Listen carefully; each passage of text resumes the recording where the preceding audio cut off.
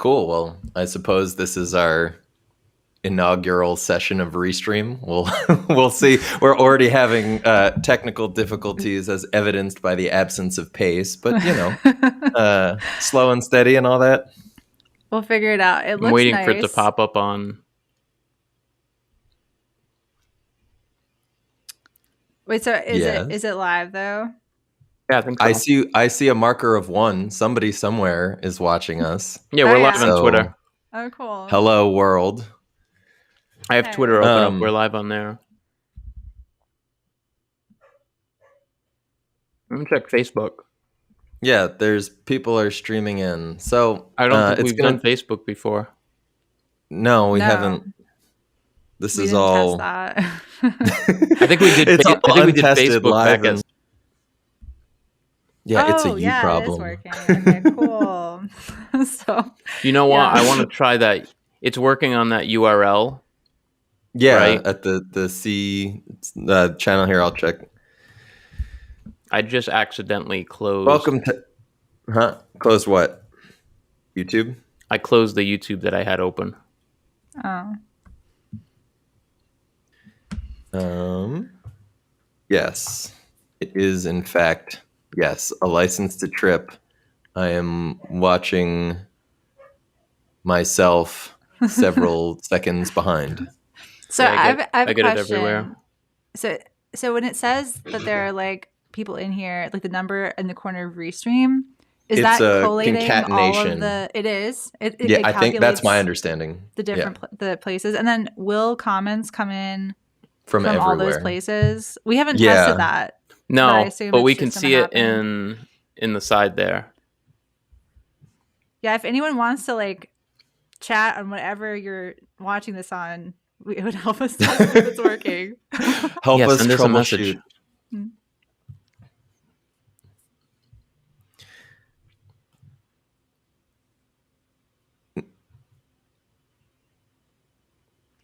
So, getting my stuff. I don't want to get into the into any of the good stuff yet. I guess. Can we just show people like some of the like, because we were doing some of the different options that Restream. Oh, the comments. Ah, there you go. Cool. See that it says where it's coming from. It says it's from YouTube. That's so cool. Hey. That's great. Okay. Normie, are you able to like show the side by side, like the 3-person display? I just thought just because while we're waiting, we could talk about why we are experimenting. Well, actually, you have that power in Niche too. Everyone has. Yes, we can have a war of the layouts. Oh wow. Oh, you would do us like that. No. Let's see if Pace can hear us. Here, he's boom boom now. Oh no. Welcome back, Boom Boom. We've tested this out before. At least I can hear you now. I don't know what the fuck was going on. Cool. We are live. We can hear you. You are live. Welcome to the to the world. We're going to troubleshoot you live. I'm here. Everything's working. Great. Except you're really glitchy. Is that just me? Like really loud? No, he's super glitchy over here too. So my computer being stupid. So yeah. So I'll be quiet until things smooth out. What I was going to say is just check your settings to make sure that you've got the HD audio and HD video if you didn't already. And also, I'm gonna see if I can maybe score you a used laptop if my dad has one sitting around, because he does that stuff and tends to have shit in the workshop all the time. Cool. We'll see. Oh, hey. So, okay, yeah. So when we reply to comments, you can select where to send it. Yeah, you can select where to send it, or I think you can. I'm not really sure. Oh, did I just like scattershot it to everywhere? Oh, I see. You can. Yep. That's what it looked like. I think you did. I'm going to check Facebook. Yeah, you just said, hi, hey. Yeah, my E key is like fucked up. So half the time, it's why when I message with y'all from my computer, half the time I'm missing like half of my E's. Nishay, how did you get it to say your name when you did that? I typed it into YouTube. Oh, You can see it has that little like YouTube You just selected symbol. the YouTube setting? No, I No. She I have went my into YouTube. tablet, and I yeah. typed it. I see. She's being sneaky. I see. Yeah. Oh, Hello, Noob Slayer. You. I believe Noob Slayer was going off against Adeptus. Good old Rob, if I recall correctly. I hope I'm not conflating it with someone correct. else. No, Yeah, I appreciated quite a few of those comments. Thank you for that. Yeah, welcome. Good to have you. You know, for those who aren't aware, Adeptus Psychonautica and I had a discussion about some of our differences regarding the Martin Ball debacle, and I felt the need to, address some of the insults that he made against Symposia and members of our team, and also just sort of point out some of the the omissions that he had left out of his video. So I think we did that, and we can safely move on. But who knows? You were very professional, Dr. Pace. Honestly, it is a serious topic, and the turning it into some sort of like identity politics kind of situation where we're just like angry SJWs is really a misreading of the months of investigative journalism that we did. It completely glossed over the the huge misfire of Maps Canada, including Dr. Martin Ball in its manual for psychedelic guides. So it was worth showing up. Yeah, I appreciated you doing that. It was also wild to see that, I don't think I've ever seen somebody engage in a debate and then decide that when they air the debate, they're going to run it with, I guess, either what they wish they would have said or the things that they've thought up after the debate. Seeing that rundown of comments was interesting. Yeah, it was creative. I'll give him that. So, Pace, you're looking good. You're sounding good. Yeah, I think everything caught up. So I think we're moving through our technical issues. Sorry, whoever. No worries. Endure all of that. So how are we all doing tonight? What's going on? Doing great. Yeah, things are good. Glad that we at least got this set up. Yeah, no, I think this is a great new format. Looks really flexible for having guests and other folks on. So excited. Yeah, unfortunately, we can't be joined by Russell tonight. Russell. But he lives on in our hearts. And in the world. Yeah, he's not dead. He's not dead. To be clear, Russell has not died. Yeah. So, do we want to? Are we feeling stable enough? Do we want to get into some of this? Do we want to start with a rundown of anything? Everybody feeling inspired?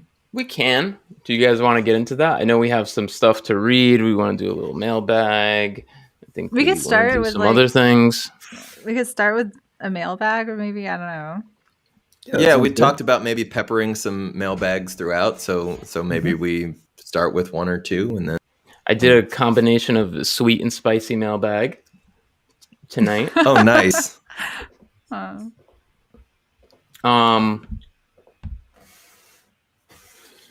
who wants to go? I'll go. Do you guys have the document open, by the way? Getting it open. That's what I'm doing right now. My I had it open my until signal I had to restart desktop my is. computer. And Yeah, my signal desktop. LL in comments or YouTube chat just said they dropped in to say they appreciate all of the work you guys, us guys do. So thank you very much for stopping in. Thank you Thanks very for much. that. Yeah. So, I guess we want to announce the merch giveaway and some other stuff, but we'll do that in a minute. Let some more people pile in. Trickle in. So Mailbag Scott says, "Love your stuff. Really appreciate your much needed material and ethical analysis of the psychedelic space, and was especially thrilled to see your interview with Thought Slime. I hope he shares the interview with his networks and gets more eyeballs in your direction. Yeah, if anyone who's watching hasn't heard of that, it's a recent video conversation we had with Thought Slime, who's this amazing leftist YouTuber who we've been big fans of for a long time. So it was really exciting to get to chat a bit. So that video is on the channel. Yeah, and he did actually retweet the video. So like we're really thankful to be connected with somebody who's very very networked in the YouTube world. Has done a lot. He's a very consistent YouTuber in that he's producing 2 videos a week, which is that's a hardworking YouTuber. Kind of wild. And just based on the comments there were on that video, there does seem to be a desire for more kind of leftist content in the world of psychedelics. So so we're excited to see kind of what the possibilities lie for more stuff ahead. Yeah, totally. So, second mailbag, Greg. Yeah. Unless you want to read it. No, you hit it. All right. Greg says, yo, just want to let you all know that I've been wearing my Corporadelic t-shirt with a business person with mushroom heads and getting a pretty great response from it.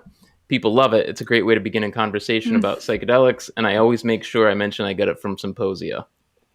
Nice. Is that the best-selling t-shirt? Corporadelic is our best-selling t-shirt. Wow. It's a good shirt. Who is the graphic designer on that? Where did that come from? I don't know. I'm not sure. Oh, don't be so humble. I think it was Normie. Normie did that. Yeah, mock humility is not a good look.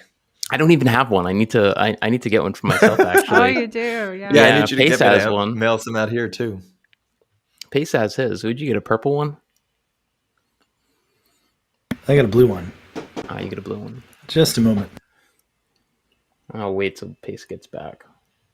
Because I think that he will like this.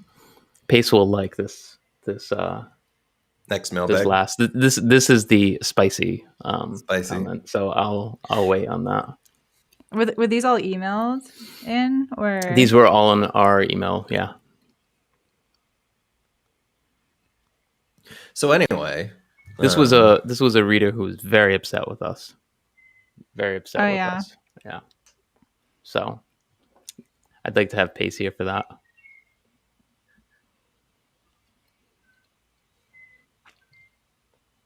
Well, is he back? Is he not back? I don't know. Maybe you can save it and we can come back to that one when he's Actually, I want to test something out here. I believe that. So this is wild. I'm watching your screen. I'm not seeing your mouth move at all, but I'm hearing your voice. Oh, and Pace is gone. No, there's actually a setting that if your camera's not on, it automatically will shut off. Okay. Really? So yeah, so I did that so we don't have to have his video with nobody there.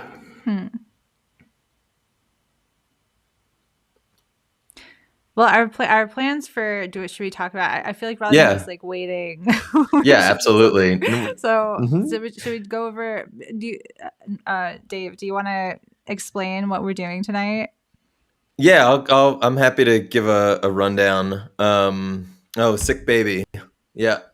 Okay, so recently somebody reached out and shared an interview between Rick Doblin and Marianne Williamson, who was a presidential candidate, and said, hey, you might find this interesting. You should listen to some of the claims that come out, some of the discussion topics, all the rest of it.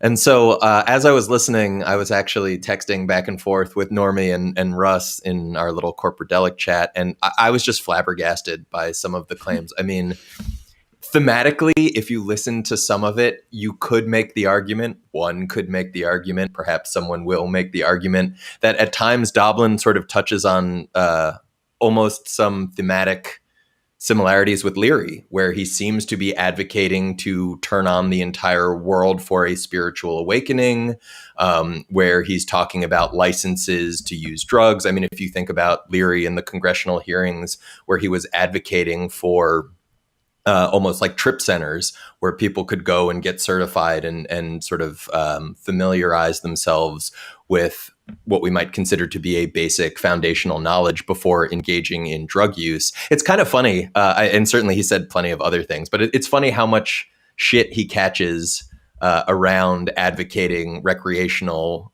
or non-medical use. And yet, like, you know, he was also the person who in front of Congress was making these statements about licensure and these training centers and all of that. So, but listening to Doblin and Williamson, I kept firing off messages about how shocking or how shocked I was at some of the stuff that was being discussed, things I'd never heard. The notion that MAPS had been working with Dan Crenshaw, or who if you're not aware, we'll be playing one of Dan Crenshaw's political ads later. He's the most recognizable member of GOP. He's the one with the eye patch. Yes, former Navy SEAL. You know, people seem to love their SEALs when it comes to advocating for veterans and the military and all of that. But yeah, it was amazing. I mean, Rick shared, we'd had personal correspondence around some of this, but Rick decided to publicly share conversations that he'd had with a Supreme Court justice and how that sort of justified some of the decisions he'd made, or how he felt it justified those decisions. So we thought it would be good to have some broader discussion about that, especially as Rick was willing to enter so much into the public record. So we've cut out some of the sections of that conversation. I think we've got 7 or 8 clips, and we thought that we'd sort of give it a treatment of playing the clips. Now, Nishay and Pace and Normie haven't seen it. Normie may have looked at a couple. I don't know. I watched it. Oh, okay. So Nishay and Pace will be giving like cold reactions, and we'll sort of see where it takes us. And that's, I guess we'll also bullshit a little bit.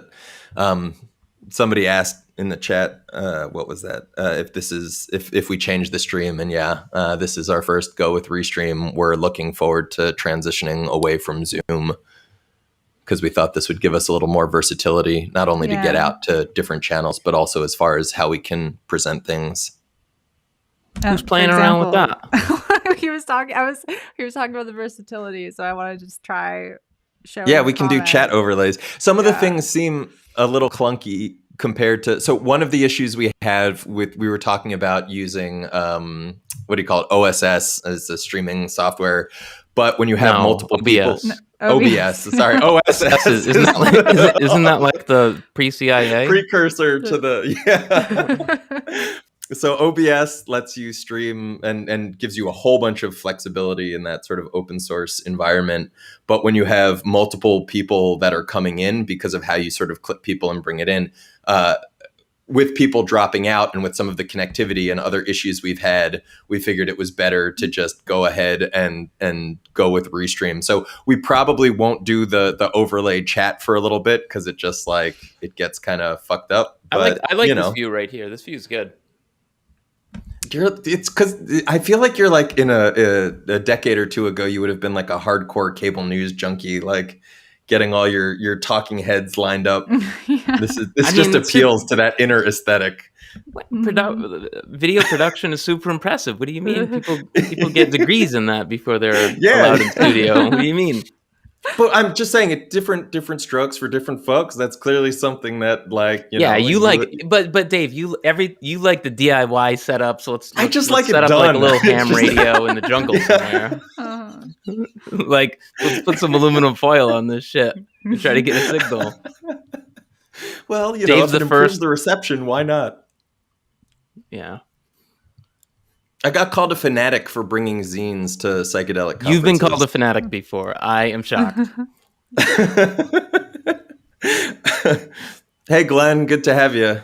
Yeah, where is Glenn coming? What is that symbol? That is Periscope. It's Periscope. So that is from Twitter. which I completely don't Cool. understand. Periscope was like shut down, but yet you can still do it, I think, through API. I don't really know what's up with it. I tried to read about it last night, but So I was it's cool going to that set it's us up with working. Paris.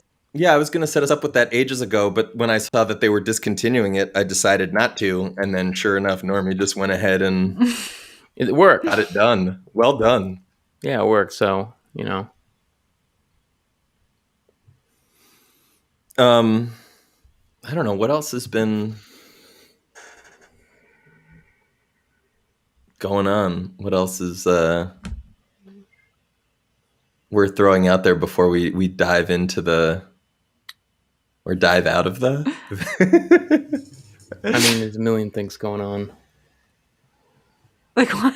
Like a lot of things I probably can't share. I mean, there's back burner shit, but there's like, yeah, I feel mean, like a lot of the stuff that we've been doing recently is like long game, slow burn, kind of not burn, but like slow, like stuff that's gonna like be down the line. yeah, we've been But- planting charges at the bases of the of the buildings. That's what we've been doing. Not really though. All right, whatever. I'll just read this. I guess I'll just read this Hit uplifting us with the email spicy. that we received from Faith. Really not interested in your spending so much time trying to increase readership. Too bad you do not care at all about victims of so much abuse happening in the community. But that is not enough drama. Enjoy the ride while you have it. Karma is bitch. Sad. All the good you could truly do, and you choose to be the National Enquirer and sensationalizing and drumming up drama to serve your own needs. Not one of you is better than the two men you are constantly talking about. Dear God, can you use your energy and effort to help people? Good luck. Who are the greater men? The two Who are men. the two? No, but they're so like, one who- I'm would assuming be it's Ball and Hayden, or I mean, Oh, I'm assuming yeah, that's the case. that would track, I guess. It's I hard just- to know when someone Karma is so vague. bitch.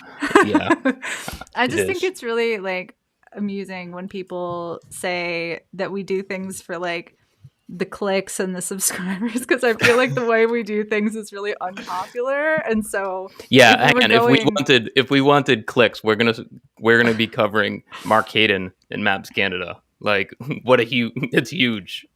it's like we could be more palatable to more people, and just do other things, but we do the There things are other that- sites for that. Yeah, Like, there are really. others, exactly.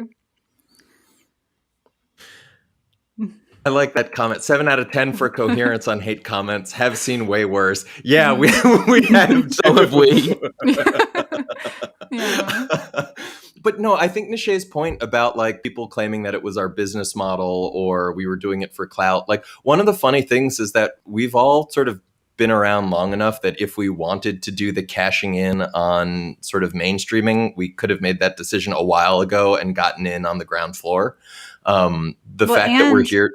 Symposia Yeah. as an entity, like co-hosted Psychedelic Science. We specifically what year was went it? in the other direction intentionally. 2017.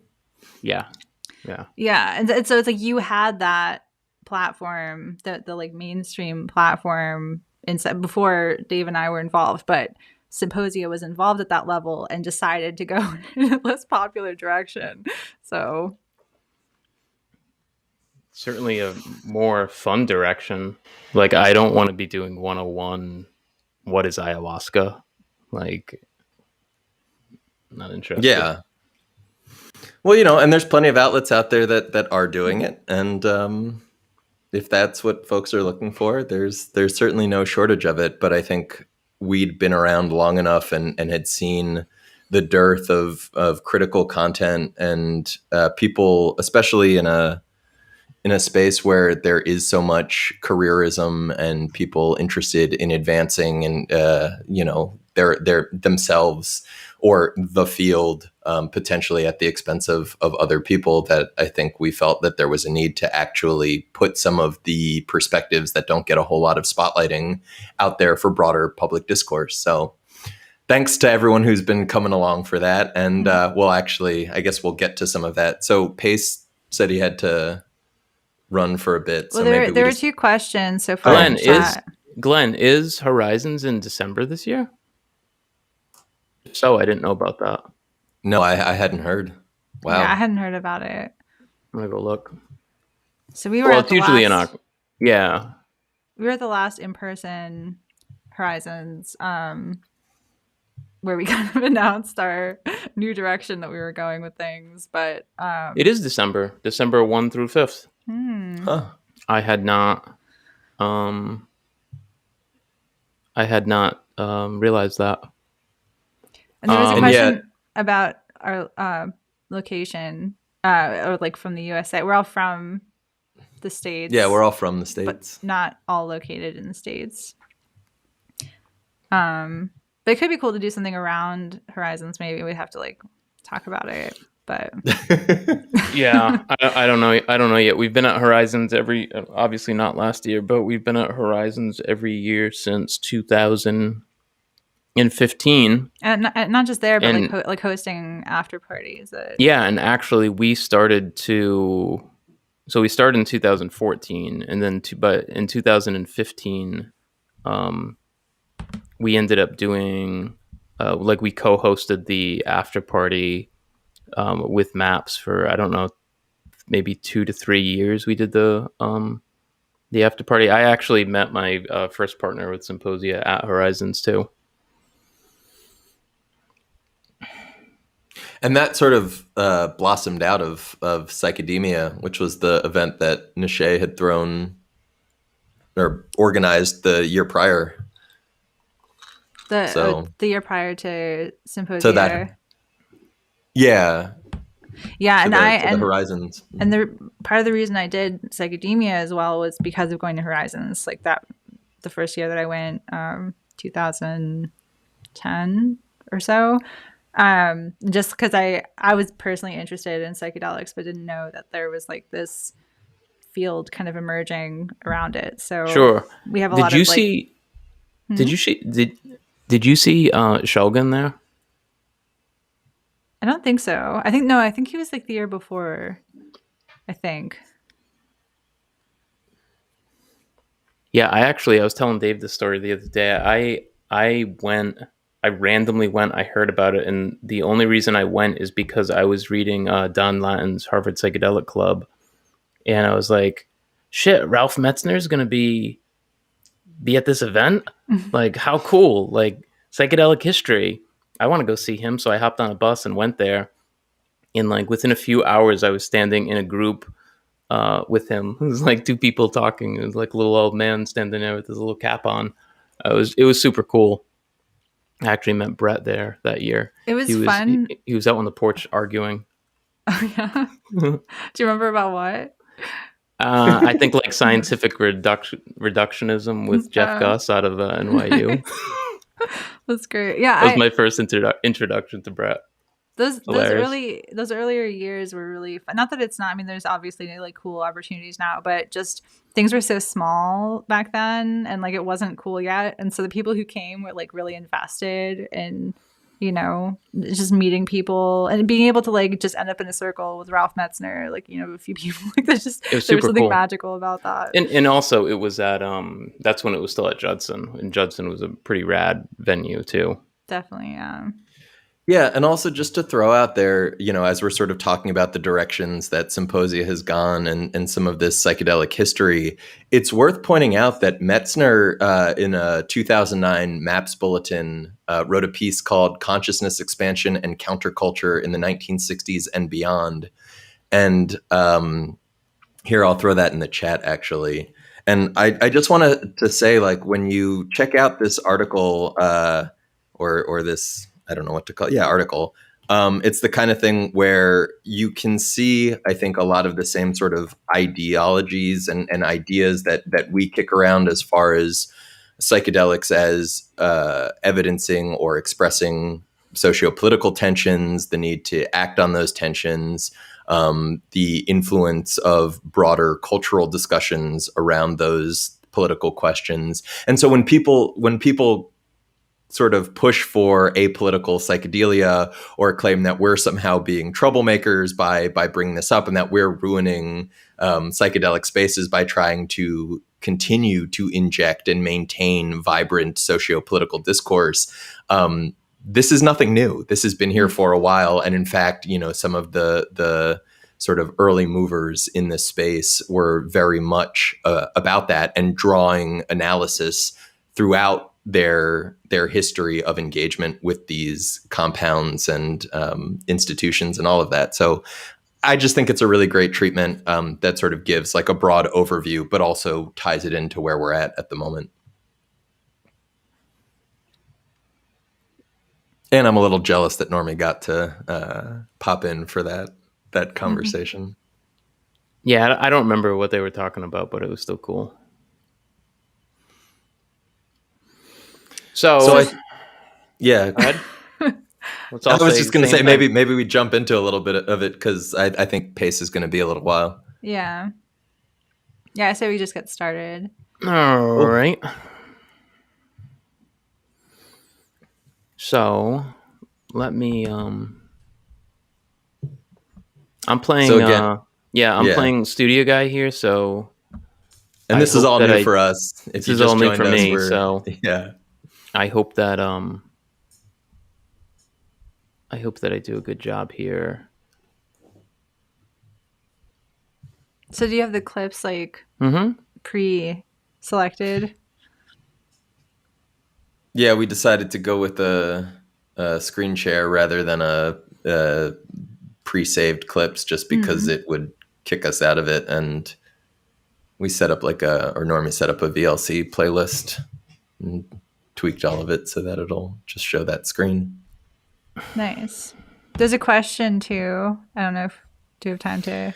Yeah, why not? So the question is, are you more interested in the broader medical applications of psychedelics or the philosophical ones like idealism? How about both? I mean, personally, I think there's at least, how to put it, any sort of medical applications, I would say, are sort of de facto grounded in the broader philosophical considerations, right? So even if we're going to talk about like questions of what sort of treatments, whether like in the context of what conditions should be or are pathologized and then treated in a medical context, and or why we have the types of mental health issues that we do, or who gets access and how, like when you start looking through some of the questions even around medicalization, I think it points towards the need for philosophical engagement and analysis, both with the content of psychedelics, but even, well outside of that. And I guess for me, I'm also very interested in the ontological and experiential questions that come from psychedelic experiences. The issue being that I think most of us have dealt with so much bullshit in and around these spaces that as much as we're interested in those questions, it's sort of like, I'll say I feel like in order to have those or to feel more comfortable having those conversations, there's a need for a little housekeeping first, or that's what feels more pressing to me. Sorry, Michelle. So yeah, I mean, we're really, I think all of us like interested in like the trippier aspects of psychedelic. Like we're not here because of like, medicalization per se. It's just like the philosophical questions that become accessible and interesting like to talk about in relation to psychedelics is a huge interest, I think, of all of us. But we have been focusing more on, like Dave was saying, the like putting out fires, just trying to like push back on some of the attempts to set the narrative, around these discourses, conversations that are happening. It's also worth pointing out that at various points and still ongoing, the field has lost really valuable contributors and potential contributors precisely because there are so many issues in the space. Right. having a conversation with the head of a very prominent psychedelic institution who was arguing, for example, for Daniel Pinchbeck to be present at Horizons, actually, and at some of the dinners around Horizons, and was saying, oh, I think Daniel has, sort of made good, apologized, like, why shouldn't he be there? And my question back to him was, well, who feels uncomfortable having him there? Like, as you're saying, he's not a threat to anyone. You are in a position of power. You've never had to deal with the fallout around that. Like, I don't know that you're the best person or the most qualified person to make that judgment. And how many people stay away, or how many people have reservations, or ultimately change the way that they interact with these spaces because they get these indications that people at the top levels of these organizations are comfortable with those sorts of abuses of power and people hanging around. And so it sucks, honestly, to see, because I suspect there's been quite a bit of like heavy hitters speaking like intellectually and about the projects that have been proposed that then haven't been executed, or the things people could focus on rather than trying to do victim advocacy or something like that. And instead focus, as Nishay was saying, on like the trippier aspects and like asking questions that are more about like the nature of existence and reality and social relations, rather than like, how can we try to protect people from some of the abuses taking place? There's a related question. I don't know if we have do we have a second to Yeah, go ahead. I just want to add one thing onto that. Like, we're also trying to like have a check on power in the space right now that pretty much goes completely. No one's really doing it right now. There's just a flood of grifters and corporate folks and hedge fund people and just everybody getting in. And there's no real check on that power. It's very often like encouraged, accepted, really naive people getting into arrangements with other folks, and but yeah, that's all I wanted to add. And to just that. running with like plausible sounding narratives about the way things are and should be that actually just serve them, but like people go along with it because it sure. sounds And plausible. I think what we're going to do today in pointing out some of the, like, this isn't a grifter by any means. This is the seat of power. This is the throne of power. But I think a lot of the points that we're going to be going over today are a lot of the narratives that are just accepted, like hook, line, and sinker out there. So, well, yeah, let's just do this last question because it relates to like what we were talking about.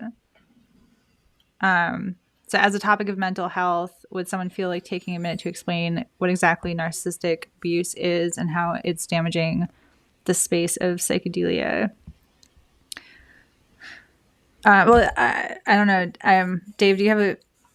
Do you want to take that? I mean, I feel like you handle the narcissists really well. I'm happy to. So yeah, so everybody like has some natural narcissism. Just having an ego and a sense of self that you use to operate in the world is like universal. But some people have pathological narcissism, which means that they basically comes from like this like inner sense of insecurity, but the way that it comes out is like people basically like trying to force their way on people, and the problem is that it's a really insidious problem because like people can seem really charming, but what they're doing is actually not in your best interest. That they're doing it to gain power or clout or whatever else. And so when you have people like that are kind of like running around in circles, it can cause a lot of like harms for people because they often use people as objects, like instrumentally, and not in a way that's like good for the person that they're using. And so when you have like multiple people like that operating in a space, it can be really toxic and damaging because a lot of people don't know it's happening until they've been burnt, basically. So, and on that front, I think, Nishay, you've given some really great rundowns in the past about how narcissists won't necessarily present the uglier sides of them to everyone, where right. If they recognize that you're somebody with power, if you're somebody who is in their interest to sort of charm and get on side and sort of, you have things that they want, they're happy to charm you and engage in ways that seem really nice and beneficial to you, to, open, engaging, whatever. And yet when you're in a position of not having power, like right? when you're perceived to be lower on a status hierarchy, then they don't have that mask on. It's mask off, and they show a lot of contempt, and it's clear often to people who are not in power, or at least as these people perceive power to exist. If they view you as beneath them, oftentimes you'll see the side of them that's really, full of red flags and not the sort of person that you want to be trusting. But the problem is, like, when you have all of the people who are in power in a space saying, oh, this person's so nice, they did this favor for me, like I feel indebted to them, they've helped me out, and they're fun to go to parties with, so I'm not going to really push back. Then you end up in a situation where there's like lots of narcissists kind of running amok, and the people who are being hurt by them are kind of forced to leave because they aren't being supported by the community. So yeah, and there's two, I guess I would just throw out there as well, like it's like that comment about like paying attention to how people treat service workers or like, right. Waiters, food staff, whatever, it can be really telling really quickly. And then also there's this thing, it's like the missing stare.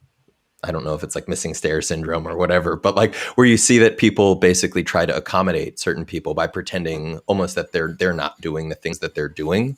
So rather than engage and say, hey, like that's kind of shitty behavior, or I would rather that you not do that, or like calling attention to the bad behavior, for lack of a better term, there's sort of this silence or this unwillingness to look at and engage with it. And so it gets normalized in really insidious ways, and it just becomes increasingly baked into the social fabric, where then when you try to go against that, when you try to point out like, hey, that's not really a way that I'm comfortable with treating people, suddenly you become the problem as the person who's voicing that issue. Yeah, so that's just like a big part before we turn to the clips. The big part of our like ideological harm reduction angle with Symposia is just trying to help educate people on like the red flags and like the reasons why narcissists are often accommodated and enabled in communities. Partially because, in my case, like I was in a long-term relationship with a narcissistic abuser. I had no idea, as someone who wasn't like that, like I had no idea people were like that.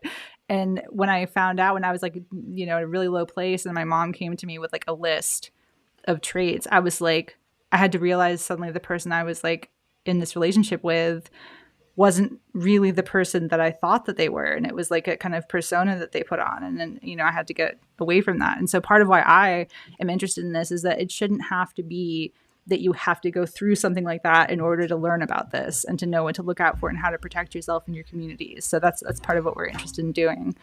And it shouldn't be on the people who go through it or bear the brunt of that shit to engage with it and clean it up. Like, I think that's a kind of huge and inappropriate ask. Yeah. Like, if they want to, by all means, but like, they certainly shouldn't have to go it alone.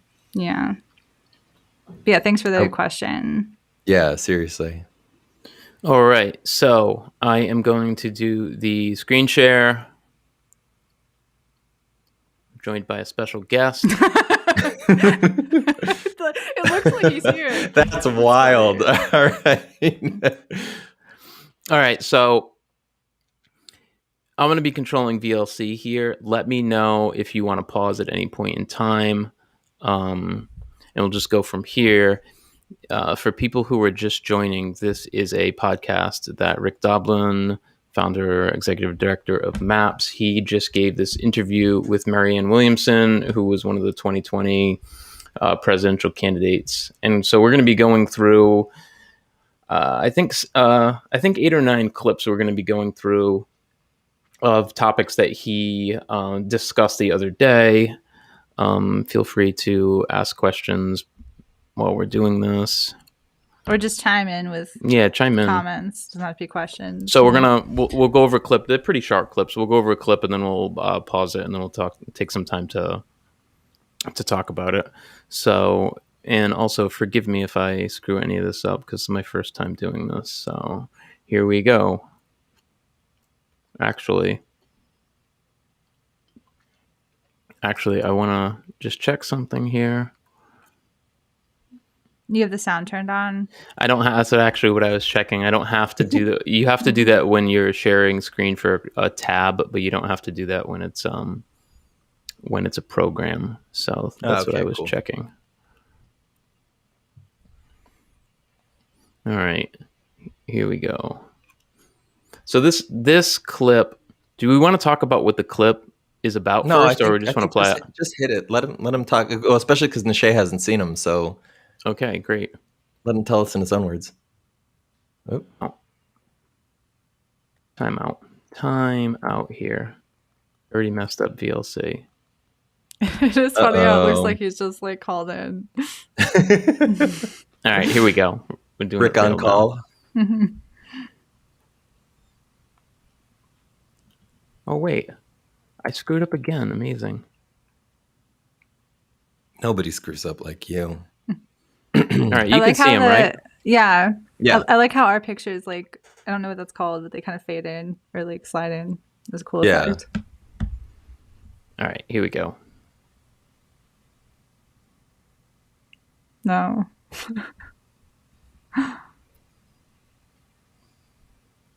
Well, Marianne looks into whatever he's saying. Normie, do you hear Normie, it on your end? Can you hear it? Wait, we can't. We can't. You can't hear that? No. Nope. Oh no. I was wondering why he looked so satisfied. It's like sitting back. It's like maybe he could hear it. Why can I hear on my end? Oh, have you checked your VLC? No. What? Let's get rid of Rick for a second here. Do you want to play it from YouTube in a tab? I'm surprised that. So the Thanks audio to the wasn't. wonderful people giving us the heads up. Do you want to try, because all the videos are loaded into YouTube, so if I might actually have to do that. Destroying my plan here. Why isn't there? It doesn't give me an audio. I say we just go ahead with the thing that will work. Let's get it rather than troubleshoot, and we can work on that on our own time rather than doing it to everyone else. Shit. Shit. Do you have a hard candy? No, I keep hearing something clinking. Clinking? Yeah. No, I definitely don't. I have a piece of gum. Oh. Yeah. I don't know why it would be clinking then. All right. This is going to be a little bit different then. Oh, I thought you meant like time-wise. Well, I got to go into our YouTube. Wow. Tell us a story, Nishay. A story? A story. I don't know. It's been such a long day. Okay, that's not fair. I feel like, yeah. I don't know. You're putting her on the spot to tell a story? Well, in the future, I'm gonna bring like cool trip report books, and I can like open them up and start reading if we have some kind of but unfortunately, I don't have anything here right now. Glenn says he suddenly doesn't feel so tech incompetent. We're glad that we can address your inadequacies or incompetence. Well, when you guys were on with Thought Slime, he told you if anyone says they have streaming down, they're bullshitting you. Yeah. And we've tried actually doing Restream with Thought Slime, but then we're having too many issues, and we've been troubleshooting for a while. And we got LAN, what are they called? Ether cords. So we're Ethernet cables. Ethernet, because we're a bunch of noobs that were using Wi-Fi. Well, so we've fair, we've addressed some of the problems already, but we hadn't, I don't think, tried this media sharing thing. Yeah, we played a little bit with the screen sharing, but and your YouTube is muted, Normie, just so you know. Glancing at that shot. Yeah, there you go. All right, tell me if you can hear this. Well, I would say though that decrim is. Yeah. Okay. It's a little quiet, but yeah. Yep. Well, I would say. Is that good? Yeah. Okay. Yeah. All right. Well, I would say though that decrim is just a step in the way. We need full legalization. Right. And what we're talking about is licensed legalization. So I think that alcohol is regulated too lightly, that you should have a license to do drugs. And if you misbehave, you get punished for your misbehavior, but then it's harder for you to buy alcohol or to buy any other drugs. And eventually, I think we will have these thousands and thousands and thousands of psychedelic clinics where people will go to have their first experience under supervision so that they know what they're getting into, and then they get a license to buy a whole range of psychedelics. So I think there'll be this kind of license legalization system that I think will happen around 2035. But let me ask you a couple of questions. I get a pause too on nah, I'll go at, just remember that point. Go. Can we? No, just pause. Just jump in real quick, because I think I know what you want to say. I mean, 2035. Where does that come from? Like, yeah, where it comes from the confidence. It comes from the confidence with which he's been predicting legal MDMA therapy for years. He's used to just throwing that number, pick a date, any date, throw it out there, say it with enough confidence, and it's good. The audience eats it up. I just don't. I gotta watch it again because I think it's the funniest thing I've ever seen. Legalization system that I think will happen around 2035. But let me ask you a couple. So we're going to have a system of. We're gonna implement a system of drug licensing, and that's gonna come out in 2035. Like, I mean, we're not even talking about the concept of having the sheer absurdity about him talking about a system of licensing to consume drugs. But the fact that he's like confidently saying that this is going to come out in 2035, I don't know where he's getting that from whatsoever. I just want to grab some. You go, Nishay. I was just gonna say it's probably some like back of the napkin kind of like loose arithmetic. I also just want to grab Danji Buckmore's quote real quick and say, he stars it, outlines terrifying system of biopolitical control. I think this will happen. And like, I mean, for me, like one of the things that stood out about that first part is, again, like when we're talking about prohibition, it's not predicated on any scientific evidence. So the burden of evidence is still on the prohibitionists. This notion that like there's going to be some licensure based on what? Based on like what are the determinations, even forgetting, the prediction of the year and all that. It's just wild. Can you even conceive if there was a system where drunk people, they did something wrong and they got their license to drink alcohol pulled? That's great. That'd be wonderful. Create a black market for let's bring back for booze. Yeah, let's bring. Out. It's amazing. It's amazing. And that's the thing, right? Like most of the things there would be criminalized already, right? Like if you drive while drunk, if you engage in all sorts of behaviors while drunk, like if you're going to appeal to the law, like I'm not sure how that addresses things that in a more comprehensive or realistic or practical way. I don't know. No, it actually creates nightmare world.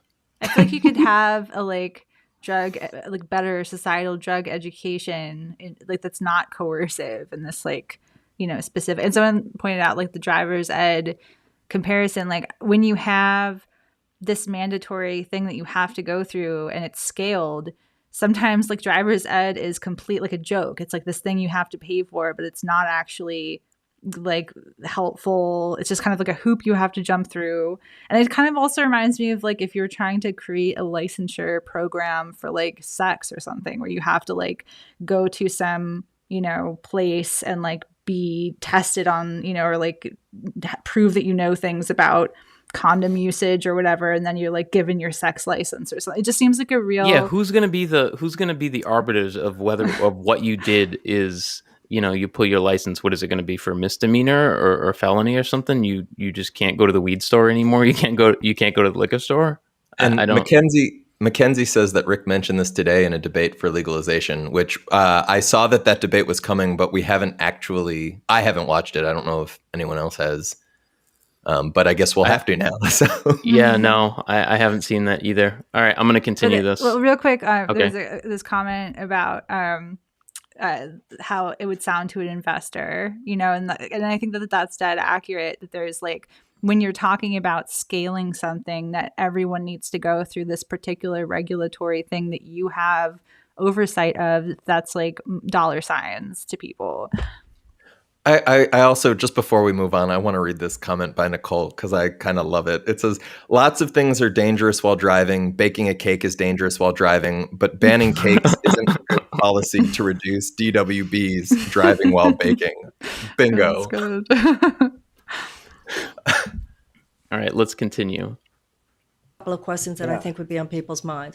First of all, you're saying somebody would go, in your idea of the perfect path forward and legalization, people would go into a clinical setting where they would take a dose, which is low compared to the doses that we took when we were younger, under the supervision of a clinician, right? And they would get a license to take psychedelics? Is that what it is? Yeah, I would say yes, except for I would say that the doses would probably be similar to what we took when we were younger in this clinical setting. So they'd be full experiences. But let me ask you once again, I want to talk practical matters here. Somebody would take have their experience with a clinician and they would get a license. Yes, and so this license then would permit them to purchase, a range of psychedelics. I think we should have the same thing for alcohol and the same thing for marijuana and all these things. I think that what we would have is laws that would permit people 18 or older to access these drugs on their own. But if you're younger than 18, it would be prohibited unless you had the permission of your parents or your guardian. So there would be a parental override to the laws against use by minors. And that you would have an experience. She's trying to wrap her mind around this. this. The same way that we teach people to drive. Then they have this to is the woman that demonstrate no one that took they can seriously drive on with the presidential an debate. inspector in the car while they Some people show did. that they know how to handle it, and then they can drive on their own. So we would have something similar like that. Obviously, the worst thing in the world would be if somebody high on a psychedelic got behind the wheel of a car. Does that concern you? I mean, how? Oh, for what sure. about that? There's. I mean, You don't let a friend drive drunk, and you definitely wouldn't let a friend drive high on. and you wouldn't let them fly an airplane or a lot of things. Right. But that's where we have to have honest drug education, and we have to have, and that's where the idea of the license comes in too. If you misbehave, not only do you get punished for that, but you get your license taken away for a while. So. When if people understand what it is, then they will pick appropriate times and places. All right. Wow. All I remember right. he's been talking about this idea for like many years. He's had this like licensure vision for the future. I hadn't heard that specific year floated before, I'm super though. curious to hear what the employees of MAPS think of that that proposal. If you're an employee of MAPS, please reach out. Yeah, seriously. I don't know. Other thoughts? I mean, somebody said flaming Elmo gif. we do share that. We do share that. We've been known to share that. That's some of our commentary on this as well, actually. That's a fact. Yeah, I don't know.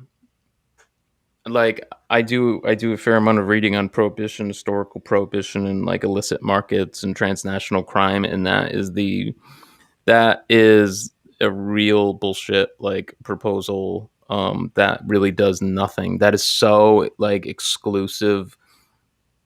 You're talking about a lot of people don't realize right now. And if you haven't read about this before, I like super highly recommend Misha Glenny's book McMafia. And it's basically about global transnational crime. And one of the chapters in it is about illicit cigarette smuggling that happened in the Balkans, and how basically they were using cigarettes to finance the war against what's his name? Who's the guy out there? Recent? No, 90s. I can't think of his name. It's at the tip of my tongue. Anyways, they were people don't think about like the illicit cigarette market at all. and it's right now it's about $50 billion. Can you even imagine like putting a system in place where I'm not saying that he's saying that for cigarettes, but like that's such a slippery slope. Was that Milosevic? Yes. Yeah. Okay. But I like, didn't want to say it at first because I thought it might evidence my complete ignorance of geography. No, but like putting in policies like that, like they're only going to lead to organized crime, black markets, way more crime, way more underground usage. I think that's kind of clear to most people watching this right now. You know, it's just really silly. Glenn just pointed out in the chat, that he wonders what the cost of supervised trips would be, and just what the sort of barriers to entry. Again, back to that point about investors, that's got to sound like a great limiting valve. Oh, absolutely. Okay, so we are going to do our second clip here. And for whatever it's worth, so people know, that clip was actually from later in the interview, but we wanted to lead off with it so that, because it's sort of what we had titled the stream, and we figured it was a good glimpse of some of the things we'd get into. All right, here's a fun one. Oh, yeah. So it's taken an enormously long time to sort of bring this tool of healing, which we knew was working from experiences and therapy experiences, to bring it to this point where the VA is willing to look at it more. We've had about 40 vets, U.S. vets in our studies. We've done studies in Israel where everybody is a veteran there or lives under threat of missiles. We haven't had an active duty soldier yet. And we're moving towards that. And I think it's because of this work with vets. You asked about how do we get bipartisan support. And so in the prior Congress, there was a bill to ease the research requirements for psychedelics. And we had two co-sponsors. The bill didn't go anywhere, but we had two co-sponsors. One was AOC, the other was Matt Gaetz. Yeah, I remember reading that. It was really mind-blowing to me, actually. Yeah. And so there's just been this willingness on the people to get together about psychedelics and the healing of veterans. Right now we're working with Dan Crenshaw, who's actually, a Navy SEAL, and Tim Ryan are going to co-sponsor a bill to try to get money to the DoD and the VA to support MDMA research. All right. So, Dave, I know that you had some thoughts on this video. Do you want... I mean, I just want to throw out a small point, and one that sort of he breezes through, is that we know that this works because of experiences. And I just want to point out that they're still in clinical trials. They're still there are questions about the data. There's questions about, for example, Dimitri Mugianis and Jonathan Dickinson just published, a month ago, not even, something like that, published a paper or an article in Salon that was discussing some of the confirmation bias, some of the questions about how study participants are actually tailoring their responses, both in order to get into the study and then in order to give the researchers what they think that they're looking for in order to sort of serve the cause of legalizing medicinal psychedelics. And so this notion... Oh, yeah. Just one of the people that was anonymously cited there was saying that they were actually got PTSD from the study because it's they had successfully bottled stuff up before and were coping, and then the study and the MDMA really blew all those coping strategies open, and they were kind of left afterwards to pick up the pieces in a really traumatic way, but they still felt like they needed to provide positive information about what the study did for them because they felt this sense of all these people, millions of people won't have access to this medicine if I don't tell them what they want to hear. So we're seeing that kind of problem with the data in terms of its validity. So it's like, and there's also questions in studies, you know, in like clinical trials more generally about like what gets recorded as a success, right? So this person, depending on the way it's scored, is now saying, I'm experiencing PTSD in ways that I never was prior to this. But also depending on the questionnaires and surveys that are used to calculate, say, something like CAP score, you know, it's possible at the end that they can be marked as having improved, even if in their life they're saying, whoa, I'm dealing with shit that I didn't even know was possible. So to sort of breeze through that and say, oh, we already know that it works. And then to suddenly like talk about dosing active, you know, we haven't been able to provide this to active duty troops, but we're moving in that direction. I mean, I've engaged with MAPS employees who have said, look, we're only dealing with veterans. It would be totally different if we were dealing with active duty soldiers. And when I pointed out that in 2015, you know, Vice ran an article about MAPS going to the Pentagon, and it ran down speculation about treating hunter-killer drone operators with MDMA therapy, none of those people would engage with the questions that I had about it, even though it supposedly ran directly contrary to their narratives. And these were like relatively high-level MAP staffers. So the fact that there's this justification thrown out there, and then the unwillingness to engage with it, and now yet again, Rick is coming out explicitly saying we are looking to work with active duty troops. This is an issue. Like this is an issue that demands engagement if you consider the role of U.S.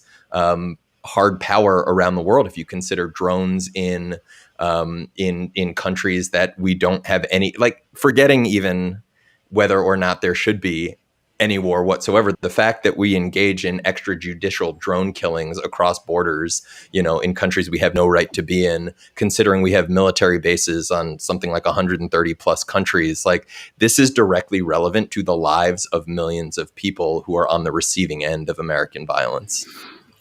So one thing I wanted to bring up in regards to active duty troops was Eric Davis's piece. Was that one of the early mentions of someone in the community kind of raising this issue? Do you know that? Wait, which piece?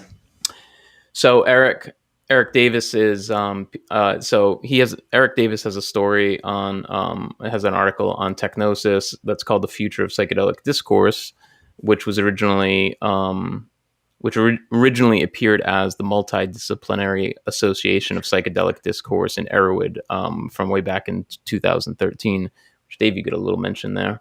I think I represented the freak scene. Yeah, you did. I wanted to read what Eric wrote. So this is like from what year? This is from 2013, when Eric was actually considering the active duty and just like kind of thinking about the MDMA for PTSD being used with I'll the military. Throw it into the chats. Oh yeah, thanks. So Eric Davis, he wrote, the biopolitical implications of MAPS's work are glaringly obvious in one of their most widely trumpeted projects, the treatment of PTSD with MDMA. Successfully treating anyone's PTSD is a laudable goal, but the sentimentality and heroic triumphalism that MAPS taps in order to publicize this research, funded by 25 years of contributions from psychedelic culture freaks, glosses over the disturbing possibility that MDMA therapy could one day be used with active duty soldiers, a deployment that turns the compound into effective grease for the military machine. I would like to make clear that I am not against MAPS, nor psychedelic science, nor entheogenic therapy for soldiers. What troubles me is the colonizing and non-reflective nature of these increasingly powerful scientific voices, which need to shove aside the authority of other discourses in order to accomplish their agenda. But we should never forget a central axiom of set and setting. There is no drug by itself. Instead, what we have are endlessly reverberating feedback loops of mind, cultural context, and compound. Even if neuroscience or psychopharmacology gives us something closer to hard facts, the presentation of hard facts is still a theater of expectation and culture crafting, and not necessarily the most inspiring or courageous one, let alone the truest. As Stephen Bayer suggested at the Psychedelic Science Conference, taking shamanism seriously means engaging with it rigorously. may require us to abandon the model of psychedelic substances as either neuroscientific objects or therapeutic quote-unquote tools. And the best way to train ourselves for this expanded cognitive encounter is to continue to refine the multidisciplinary art of the kaleidoscope. So yeah, I remember reading that piece a few years ago, and when I started talking to you, and you were talking about drone operators and MDMA, and I was like, oh shit, like Eric was talking about this back in 2013. Yeah, so it's been oh, go ahead.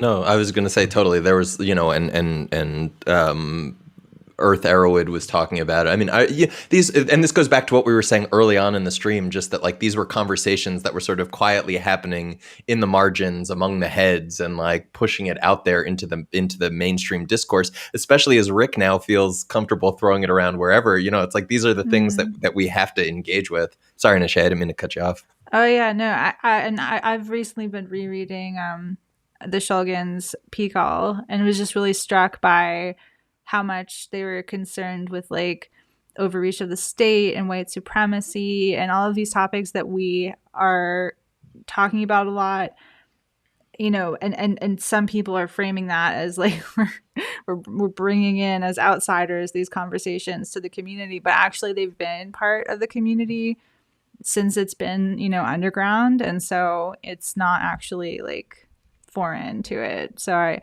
I just do want to say, for anyone who's like new and like popping in for the first time, like we are interested in, like I was saying at the beginning, some of the trivia like aspects and implications of psychedelic experience. That's why we were like drawn into the space in the first place. But there just like are a lot of problematic things that go on, and so we take our role as like kind of a watchdog for the space really seriously. And so I certainly think that when the director of the world's largest psychedelic nonprofit is talking about that there's just a plan in place or a strategy in place to start treating active duty soldiers with MDMA, I think it's worth the fucking conversation in the community of saying, I think that's worth discussion. And there's a lot of people who have this ends justify the means kind of thinking around psychedelics and like the psychedelic renaissance. And we really resist that, because historically ends justify the means like have been used to justify all kinds of atrocities. And so it seems to make more sense to do things like intentionally from the outset, rather than making compromises with fascists, for example, hoping that will somehow turn, conservatives to support you and get the field going in the future. Well, and that's just it. If Rick or anybody else at MAPS wants to make the argument that somehow providing MDMA therapy to active duty troops is going to soften up the general public to broader drug decriminalization, legalization, whatever, again, the burden of evidence is on them. They need to present the mechanisms through which that happens. When I've asked them over the years to engage in discussions, debates, back and forths around those questions, most of them, it seems, haven't really given it much thought. Either the questions get swept aside, they get sort of not particularly coherent answers, or there's some sort of claim that you're just not thinking about it in a loving enough way. I mean, I literally had somebody involved in the NYU research who told me that the spirit of the medicine knows what will happen and can guide the field. And not even people like Peter Thiel or Rebecca Mercer can impact that. And this is a medical professional who was involved in clinical studies telling me this in response to like a point by point critique and questioning of some of this logic. Personally, that doesn't work for me. That's not a meaningful explanation. Dave, I don't mean to put you on the spot, because I'm not really familiar with this paper in depth. I'm not sure if you are, but the MDMA facilitates fear extinction learning. Can you speak to that paper at all, or not really? I don't mean to put you on the spot. Yeah, no. I mean, we looked at that back in, I think that was early 2019, late 2018. So, and I think Startle Response too. There's another paper on that, or maybe it's in that same paper. I don't remember, but it's and this goes into some of the people who want to do exposure therapy with MDMA, if I recall correctly, and sort of the notion that exposing people to potential triggers or re-traumatizing events might give them a means to work through that. I've also seen some really troubling. So there's a dissertation by a student named Brennan who gives a rundown of a bunch of practices in the underground. And, in there at some point, there's the talk about sort of acclimating people to touch, to getting them high with an underground practitioner, and then exposing them to the kind of touch that they felt that might trigger their trauma response based on previous sexual trauma or what have you. And the notion that like we need to give people drugs and get them back in these spaces in order to create somebody who is somehow processing or working through that. Yeah, I think it raises, to go back to that earlier question about the philosophical, like you can't have conversations around medicalization without unpacking the philosophical, the moral, the ethical baggage that comes with it. So like when Robin Carhart Harris jumps on Twitter today and says that he's not interested in engaging in like these political or other questions around it, you can't do research that doesn't have political implications. I think it's also all worth throwing out, as Danji points out, that Rick just dropped Matt Gaetz and Dan Crenshaw's names as if it's just like perfect, as he says, as if it's a home run. And something we had talked about bringing up, and I guess I'll just go ahead and throw it out there for Gaetz, is that in addition to his scandal about potentially allegedly engaging in underage sex trafficking, one of the allegations against him as well is that he was taking ecstasy at some sort of nude. Was it described as an orgy, or was it like a sex party? Or yeah, we'll get into that, right? Well, we just did the Matt Gaetz section. I don't think Gaetz comes up again. So well, I thought we were going to bring him back up and talk a little bit about Georgia Reloaded. Sure. Do you want to hit him with Georgia Reloaded? Because I was going to say, for Crenshaw, if people don't know Dan Crenshaw, and I know he's recognizable, but people may not know who he is, what he's done, how he presents himself as a political figure who is now, speaking of the politics of research, right? This is a political figure that Rick is bringing out there as advancing the cause of psychedelic therapy. In this case, psychedelics for active duty troops, or troops in general, veterans. And, do you want to? Sure. So we are going to watch Dan Crenshaw's video, his Hollywood production video of Georgia Reloaded. Just give me 1 second here. Story is one of true exceptionalism. It's built on the greatest ideas in history. This victory tonight, it's about you. It's about defining those. Sorry, folks. I'll be right back. What do we got? Well, it's not over in Georgia. Senate races went to a runoff. What are we up against? You'll never believe this. Far-left activists are attempting to gain full and total control of the U.S. government. That we secure a Democratic Senate majority so that we don't have to negotiate in that way. Should these Senate seats be lost, all will be lost. You supported the Green New Deal. You supported Medicare for all. Yeah. Your mission will be to rally support across Georgia behind these American patriots, Senator Perdue and Senator Loeffler. They must win. What's our situation on the ground? We have two patriots down there, Senator Loeffler and Senator Perdue. Great fighters with a great message. They just need a little backup. Last question. Who do you want to bring? Bring everyone.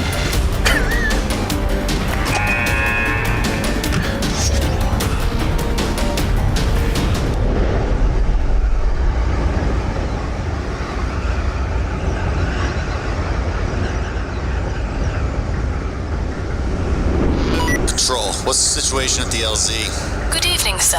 Rather lovely form, if I may say so. But we do have a small problem at the landing zone. So-called anti-fascists, an ironic term given their propensity to, well, act like fascists, are patrolling the area. Recommend we shift north 3 kilometers. How does that sound? Negative. I want to say hello to the greeting party.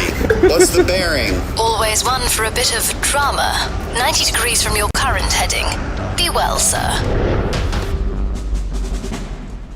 Man, where is this guy? Yeah, dude, it's gonna be dark soon.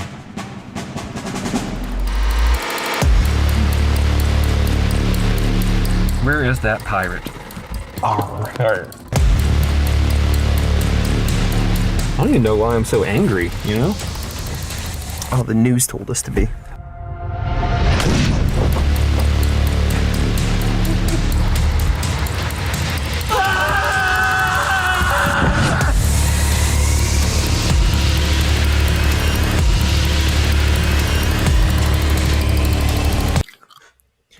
So for folks All just right. joining us, because it looks like there's a couple questions of what the hell is going on. Understandably. This is Dan Crenshaw, who is the new emissary of psychedelic therapy for the troops. Support the troops. Who So Rick this Doblin is- is excited to be working with. Yeah, Rick Right. just casually name dropped him in the previous clip that we played, and we were like, "What the fuck? Maps is working with, or Rick is working with Crenshaw." And So we have questions too, given that Rick Perry, former head of the Department of Energy, recently just announced his support for some measure. Sorry, I don't have it right in front of me. Yes, but interestingly, that's actually a Texas representative, Alex Dominguez. He's a Democrat from Texas, and yeah. So Rick Perry, former governor of Texas and Trump's Secretary of Energy, he actually just came out the other day and said that he backs this bill in Texas, which would it would like mandate the state to study it for something like the next 3.5 years. Psilocybin, I believe, I think MDMA was in there, maybe ketamine was in there as well. Yeah, I think you're right. For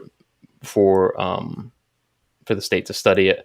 3.5 year research study into the benefits of psilocybin. This article said the former Texas governor said he hopes Republicans in the state can get behind it.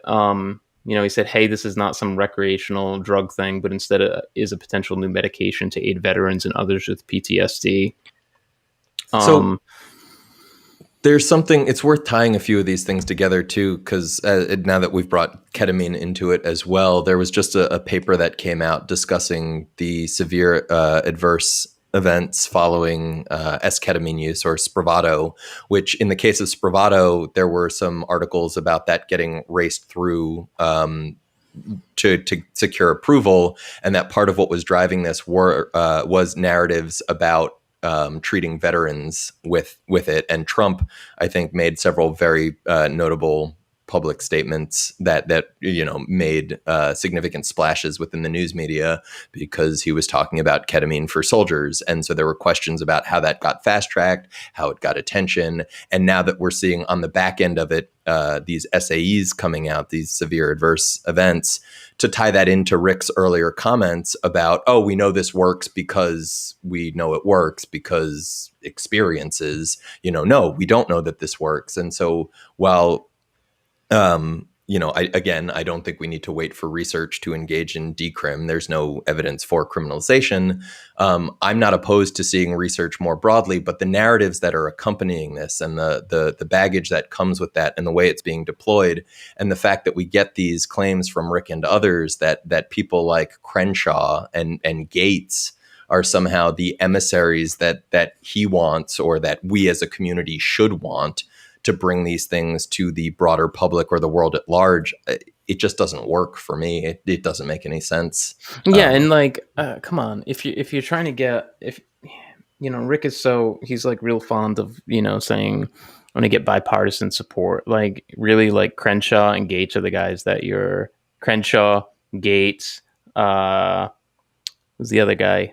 Who was the Mercer? Like these are the people. Like some like extreme right-wing reactionaries, these are the people that you're going. A guy who goes out of his way to make the most absurdist video about Antifa, like this is who you're going after. Come on, like fuck Republicans, but there's some out there that are not like batshit like this.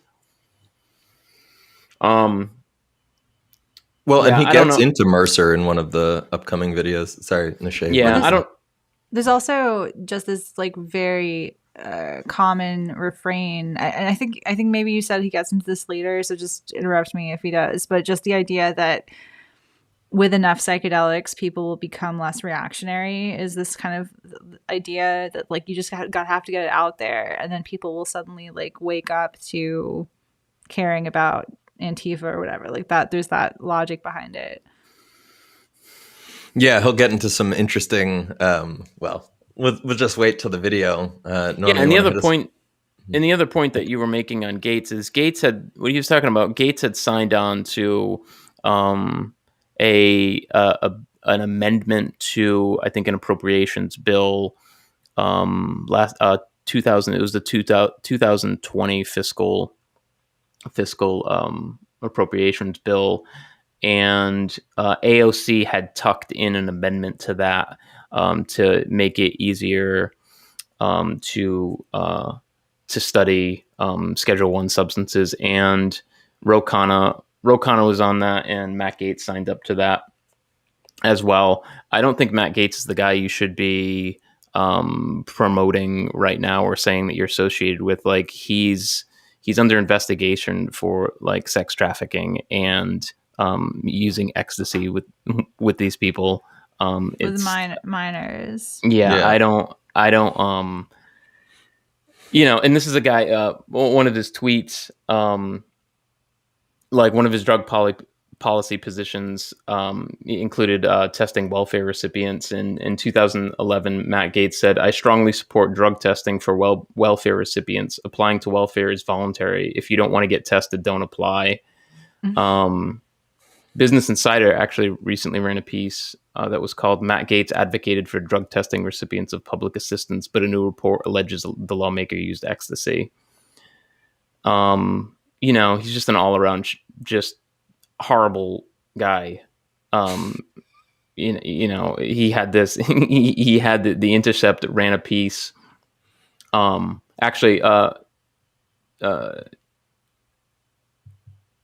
Yeah, what was the Intercept piece on him? The Intercept piece was about he invited Chuck Johnson to in January 2018. Gaetz invited notorious far-right internet troll Chuck Johnson to be his guest at Trump's first State of the Union. Johnson was banned from Twitter for wanting to quote-unquote take out Black Lives Matter activist DeRay McKesson, and once said he never believed in the 6 million figure for the Holocaust. Gaetz, however, defended Johnson on Where Else Fox Business. So... Yeah. So, I mean, again, this just comes back to, and Norma, if you want to go ahead and queue up the next one. This comes back to the issues that I tried to point out last year in a piece called "We Need to Talk About Maps Supporting the Police, the Military, and Violent White Supremacism." Because when Rick engages in these narratives of bipartisanship, and he's really signaling that he wants to align himself with far-right reactionary forces, it has significant implications, not just for society at large, but also for, as we talked earlier, who feels safe in these spaces, the people who have come to psychedelics, the people who have sought to support MAPS. I mean, you can find the issues both micro and macro.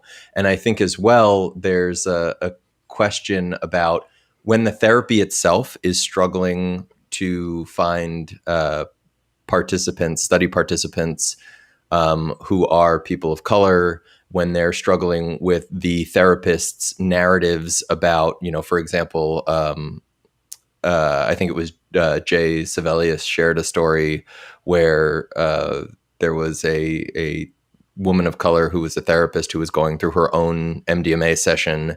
And at the end, having had her experience and articulating some of the things that came up, the therapist says, well, now can't you see why all lives matter?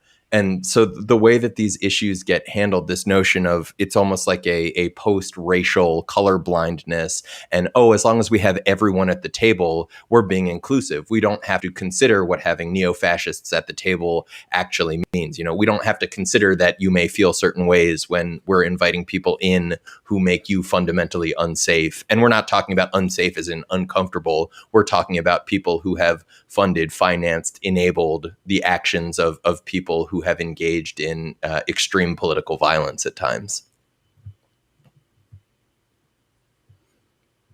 All right. So here we go.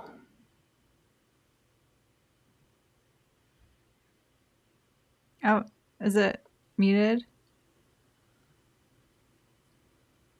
Yeah, it's not making sound. We'll figure this out.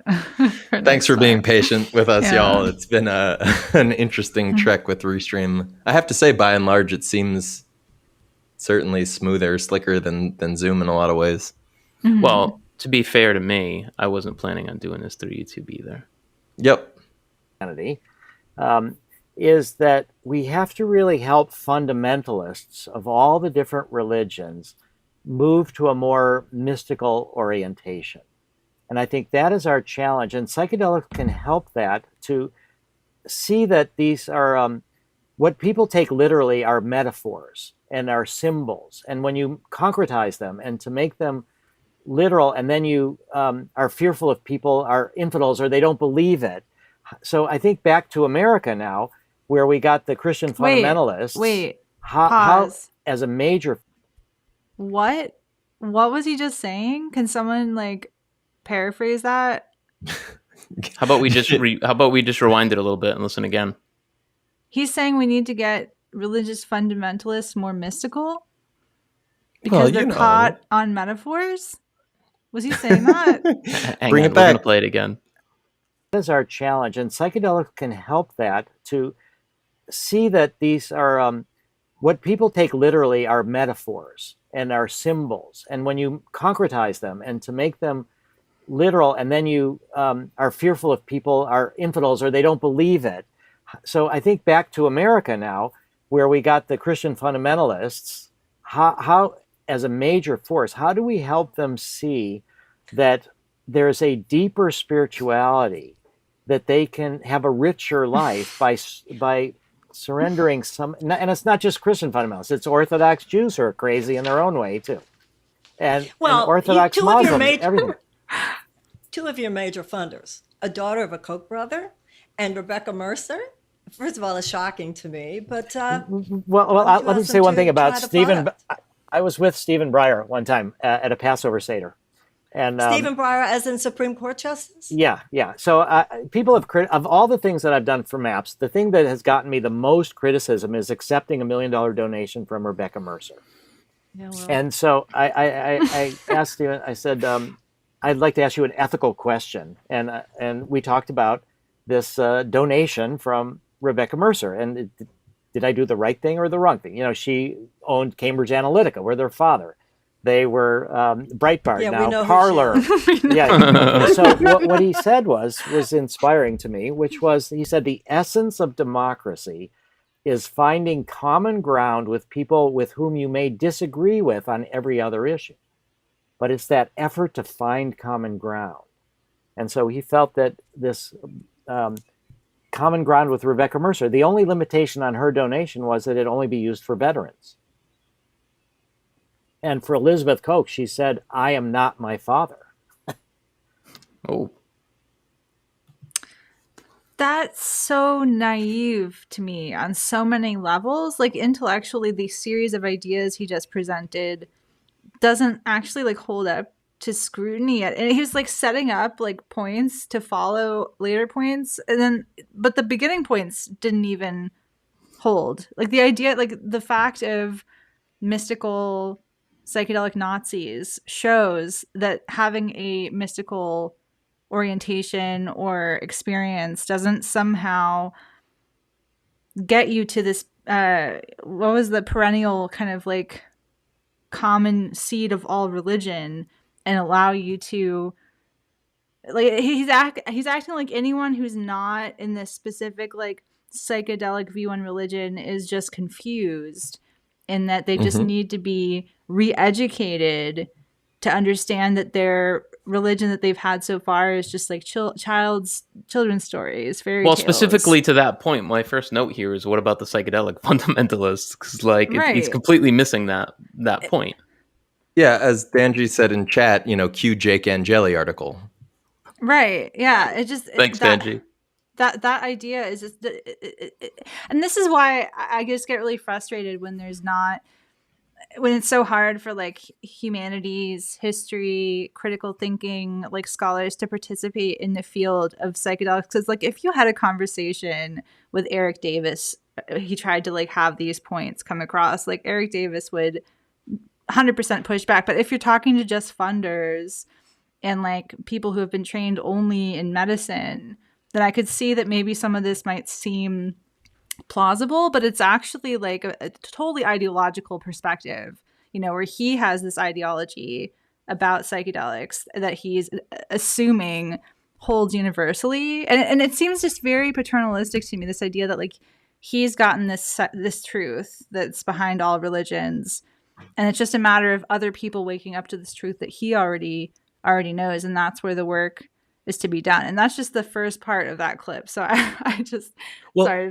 He builds that out even more in another one of the clips. I think we played one out of order, but it doesn't matter. It's either in the one prior to this or the one after it, where he talks about sort of, I think it's one of the later ones actually, but he doubles down on some of that about the sort of like dose the water, global spirituality type stuff.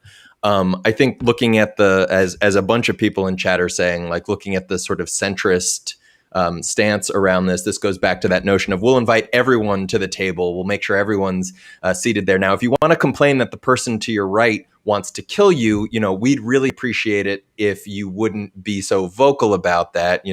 Just keep quiet because you're making for an uncomfortable dinner.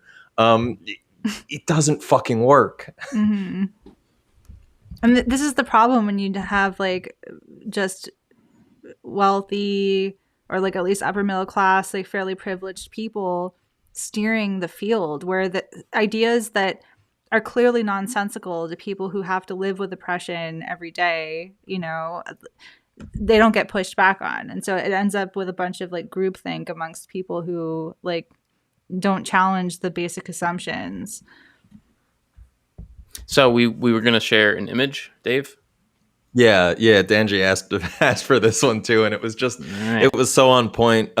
So there had been this the cops need to do ayahuasca image, and a couple of other things had been floating around for a while, and I thought the whole like expectations of like somehow challenging, or promoting the evolution of cops to somehow rise above the structural realities of the work they choose to do. And then contrasting that with the reality of multidimensional fractal fascism. And I feel like that meme popped up around the same time as the Angeli stuff.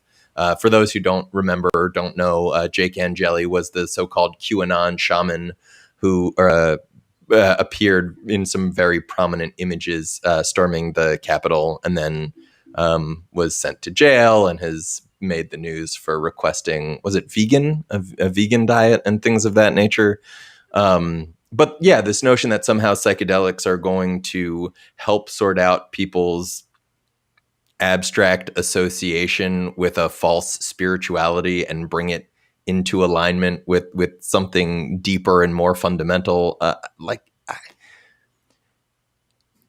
I don't know where that comes from. Like, I don't know. Well, I mean, it fits with the whole perennial philosophy idea, like that Huxley really wrote a book about and helped to popularize, that there is this kind of common shared thing behind all religions, that if you just kind of scrubbed your pesky attachment to a particular metaphor out of the way, like we would all get along. And that just doesn't really hold up to the evidence of the ways that psychedelics have been used in different cultures and communities and the different outcomes that people have come to with them. I think there's actually a good article out there. I could be wrong on this. I think it's a good article that was Rick Strassman slammed Bill Richards' book, Sacred Knowledge, and I think this is like one of the points that he brings up in that piece. I haven't read it in quite some time though. Oh, about the sort of universal siblinghood on the back of these experiences or whatever. Mm-hmm. Yeah. I mean, and to be fair, when it comes to some of these researchers wading into some of these spiritual dimensions, I think frequently most of them do a kind of bad job. Like Strassman has his own sort of religious baggage around DMT and the soul of prophecy and the notion of the DMT experience mapping on to Kabbalistic Judaism. And we had an interesting debate on that a while ago where he sort of, to me, it felt like he couldn't actually articulate rebuttals and ended up with if you want to understand, you'll just need to buy the book. And again, I think he was articulating at Breaking Convention that the reason that he would use Kabbalistic Judaism is because it's like the most in the West or whatever. He made some assertion about it getting the most traction. And my response was, well, if we're trying to make a model, isn't the most important thing that it accurately models what it's attempting to model, not that it has pre-existing familiarity and so it gets traction and popularity. Of course, also, if you're going to play like the most populous or prominent religions, you should probably consider Islam. Just a thought, but yeah. If your PR goal is to like woo over Christian conservative investors, for example, doesn't saying out loud on a video that your kind of secret goal is to like strip them of their Christian identity, like isn't that a little not the smartest thing to do? I don't know. Like I just feel like if people were aware that like he had this view that like he's hoping to get people away from religion through psychedelics, that I don't know, some people wouldn't really appreciate that. Or they may be happy to come in under the auspices of his strategy and have their own, like to think that you're going to be able to deploy your mechanisms and your strategy in a way that like overrides somebody else's desires or what they want to do with their experience. I would say there's some interesting questions about authoritarian tendencies around that, sort of regardless of how it actually plays out in the real world. All right, let's get to the next clip here.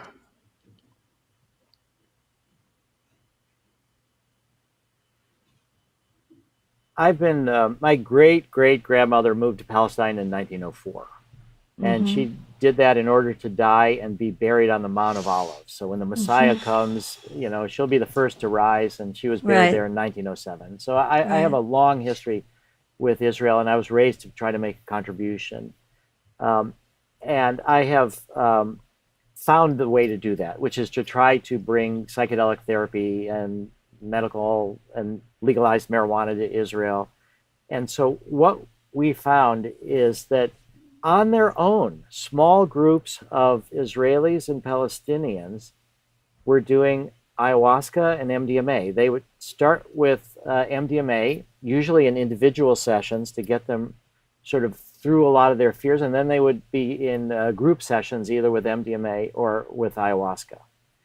And so what we thought we could do, now these are not like the hardcore haters on either side. Again, things start with people that are more open, that are closer, that are willing to build bridges.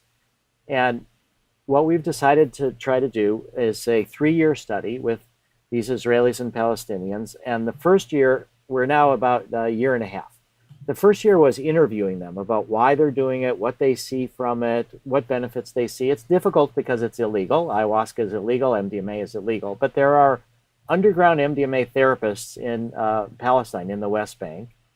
There's ayahuasca even in the West Bank. And there's underground LSD, MDMA, marijuana, ayahuasca, all of that in Israel as well. So what we found is that people end up initially working through their own traumas, because you see the other. through this filter of the past traumas. Once you can work through that, then you can start to see your commonalities. So that's why the MDMA was the initial experience that many of these people had, to sort of come to grips with their own traumas, and then they could be in these mixed spaces. And one of the stories that came from the interviews was so beautiful. It was about an Israeli who was talking about how in this group session with ayahuasca, and a big part of the ayahuasca is singing, is people singing their prayers. And it's certain churches do it only in Portuguese, but here in Israel, they played Arabic music, and there were prayers in Arabic. And under the influence of ayahuasca, this Israeli said that he had previously cringed whenever he heard Arabic songs or the Arabic language. But under the influence of ayahuasca, he could see the beauty of it, and he could see where they were trying to come from. So, just for clarification, was he saying that MAPS is involved in underground studies in Israel? So I think he's referencing the Ayahuasca for Peace in the Middle East study, which people should know is being funded by Christian Angermeyer of Atai Life Sciences. Christian Angermeyer sits on the Presidential Advisory Council for the Rwandan dictator Paul Kagame. So there's some really interesting questions in addition to the way MAPS appears to have used or be using these studies as PR. It seems that Angermeyer is also attempting to use these studies for PR. And the first study, as I understand it, was observational. The article that I'm throwing in the chat across channels was written by Dr. Sasson Noor Eddin, and raised a bunch of questions about the different aspects of this study. But speaking directly, one of the things that caught me when I first heard Rick recount this story is that she had actually addressed it in her article, and she talks about the problems with using psychedelic experiences as an entry point for misconstrued ahistorical notions of universalism, or suggesting that psychedelics can play a role in resolving conflicts is dangerous whitewashing. And she says, an Israeli woman recalls, at almost every retreat, there is a moment in which a small group of Palestinians are comfortable just enough to sing in Arabic. This is always an amazing moment. Suddenly you hear your most hated language by far, maybe the only language in the world that you really didn't like, and suddenly it sends you to light and love. And Dr. Noor Eddin goes on to ask, is it significant that the Arabic language can sound appealing in the isolated context of an ayahuasca retreat? It's not my place to judge this on behalf of the speaker. However, the narrative woven within such a statement shows a change of attitude from hatred to both exoticizing and esotericizing the Arabic language, while almost becoming detached from its speakers, diluting the political reality in a brew of naive universalism and the rhetoric of self-care and self-service. So I think sort of highlighting the way that this rhetoric gets used, where Rick steps in again and makes a similar argument to that of the researchers involved in this study to say, oh no, look, like this Israeli person is arguing that because they now have this different internal experience, that this presents us all coming together. And yet, this scholar of Islamic studies or Islamic esotericism is here talking about the potential for further othering, right? The potential for sort of exoticizing these other populations by saying, oh, it took ayahuasca to make this thing that I didn't understand magical, mystical, approachable, to actually see beauty in it. And just the question about like where those narratives sit, come from, how they're socialized, and what that actually means going back into like the reality of the conflict between Israel and Palestine, between seeing what's actually playing out on the ground. Sorry, Nishay. Because it fits into this kind of liberal fantasy of like social change, as like was pointed out, I think by Nicole in the comments. This idea that you can just get people to understand one another better and empathize better, and that's just going to solve society rather than actually fixing the structural problems and inequalities that are leading to conflict in the first place. That like, sure, there's a role for empathy, and like on an individual level, like small things can happen when you are less like hateful or fearful of other people. But if that's where your kind of vision for social change ends, then I think it's pretty doomed to fail. Well, and Nicole also just pointed out what I was going to follow up with, where she says, it seems that Doblin is implying that the main cause of conflict in the Middle East is interpersonal conflict.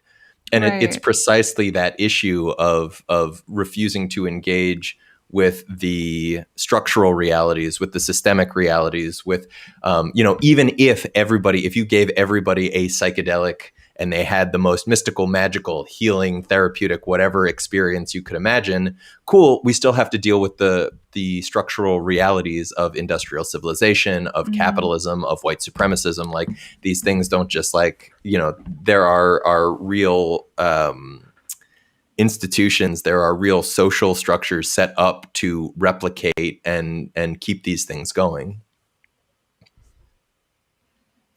Yeah, when you're in a medicalization context, if you're mostly getting access to these experiences through privileged people who think capitalism is fine and good, actually, then like all of your experiences are kind of like redirected back towards individual problems and individual solutions, and, kind of distracting you away from looking at where this, structural elements are able to be, resisted, I guess.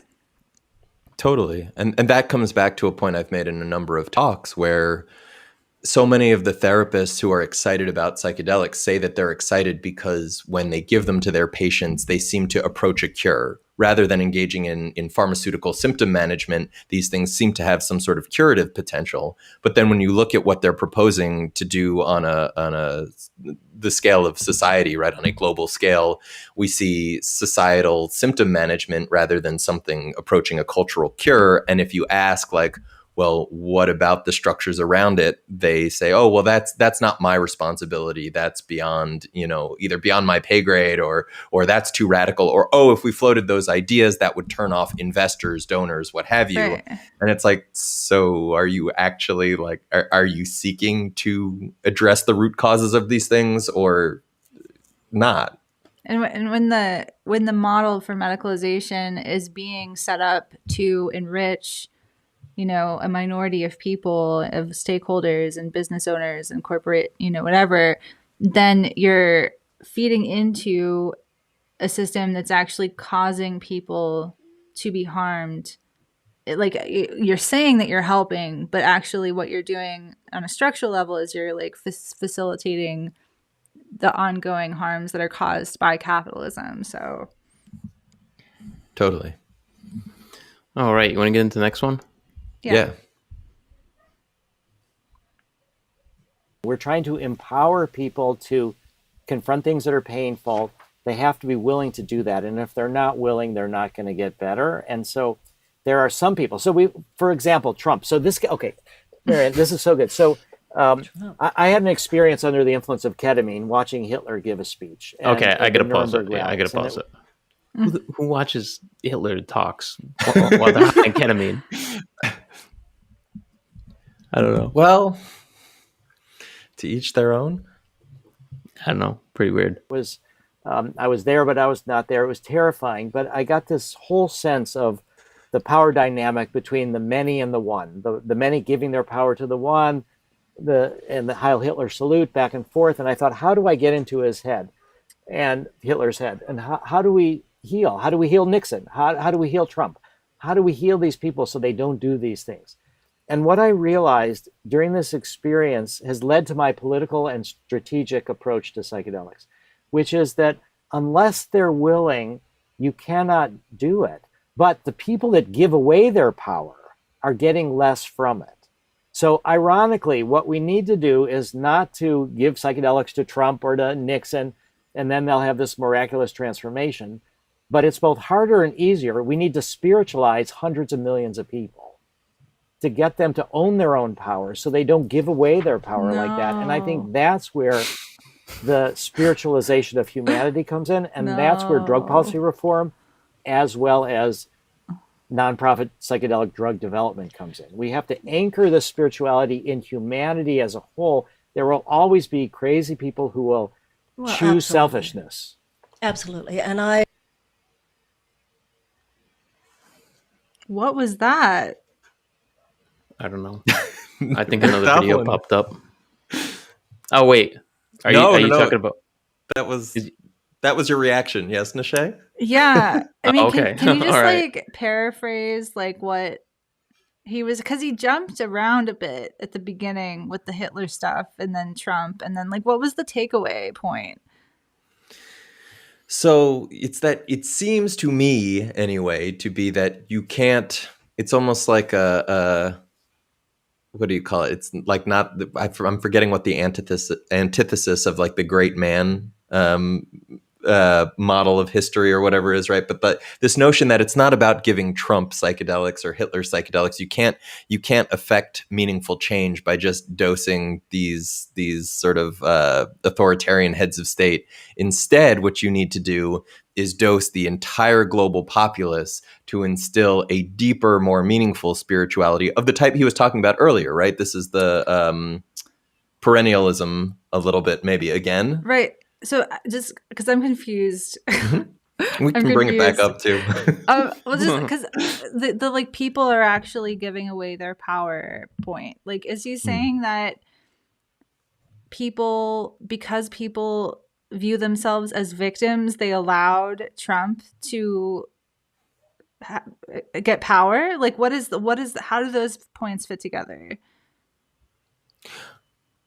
I assumed, and maybe this is just wrong, but I assumed he was trying to talk about like the people who, vote for a strong man or a authoritarian type. That's what he meant by give away their power. Because I don't know. To me, that's like a code word that I see a lot in like IDW sense-making discourse, where like, the angry feminists online are acting like victims, but really they're just like giving away their power. And if they just clean their rooms, like they would be happy. And like, cleaning the room is the metaphor for like taking responsibility and getting power over your life. So I wasn't sure if he was like referring to that, or if he was what you were saying, like voting for people that aren't working in your interest, or to me, it was unclear. Totally. I mean, in the case of Hitler, I think he meant like the crowds are giving their power to this one man. So they don't need to follow a leader? Is that the idea? That was how I understood it, partly because Rick doesn't tend to traffic in like, I mean, I have whatever issues with his political ideologies anyway, but he doesn't seem to traffic in the IDW or even like the sort of IDW adjacent sense-making stuff. So I would be surprised if he was suddenly like using it to signal that. I'm not saying he's not, but for me, it was very much, it's what Normie was talking about. Like the image that ran through my mind is that the image of like the guy who's not throwing up the Heil Hitler salute in the crowd of like everybody else.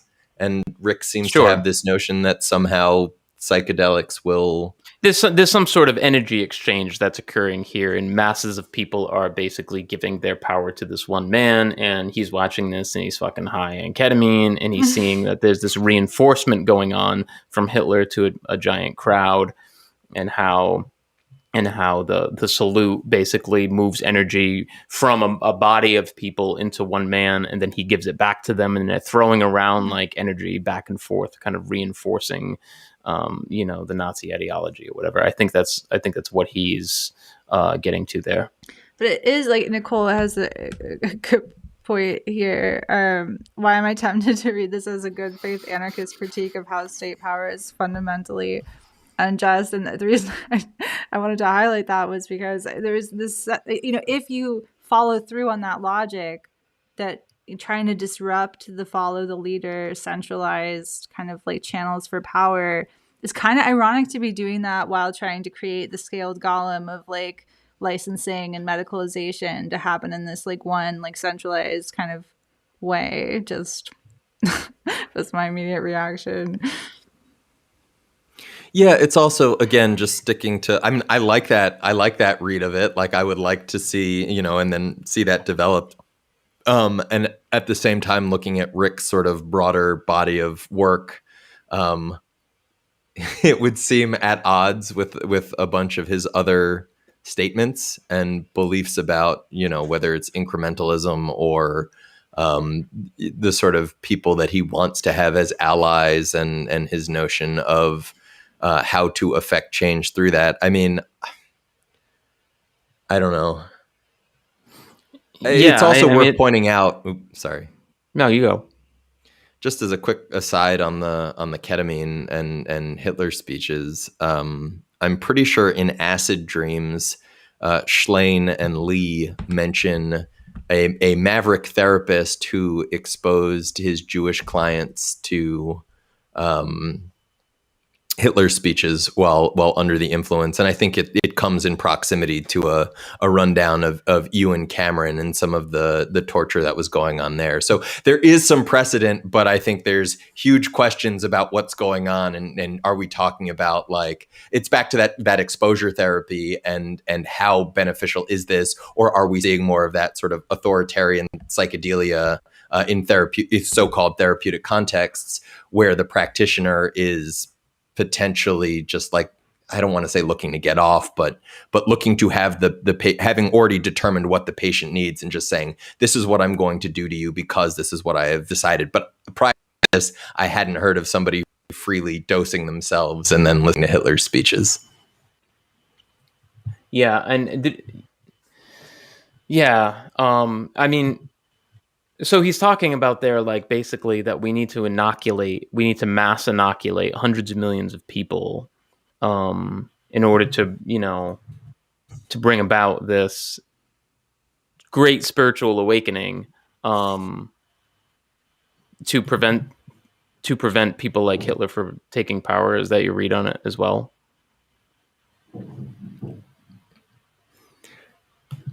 I mean, that seems to be in the ballpark. Like, in my research recently, I've been looking at the ways that, like, fascism, authoritarian movements are fueled by the, like, insecurity caused by things like capitalism and capitalist inequality. And so it's like that leads people to want to follow, like, living under systems where they don't feel like they have their needs met and they feel comfortable in their kind of day-to-day lives. That fuels them looking for these kind of answers from these powerful leaders with their kind of absolutely. I mean, look stories. At the rise of the Nazis and the collapse of Germany and after World War I, with the Depression and all that. Look at Trump now. I mean, it's an indictment on the system that we have. That's right. It's the fear and precarity that's leading to that. It's not just like a fluke in people's brains that can be fixed with psychedelics. It's that they're driven from the inequality in our society to seek out those kinds of answers. So to me, it seems like it makes way more sense to address the inequality than to try to, like, intervene in the neural circuit that's driving people to want to listen to Hitler. Totally. I mean, Hitler didn't rise in a vacuum, like he just didn't, like, appear out of thin air.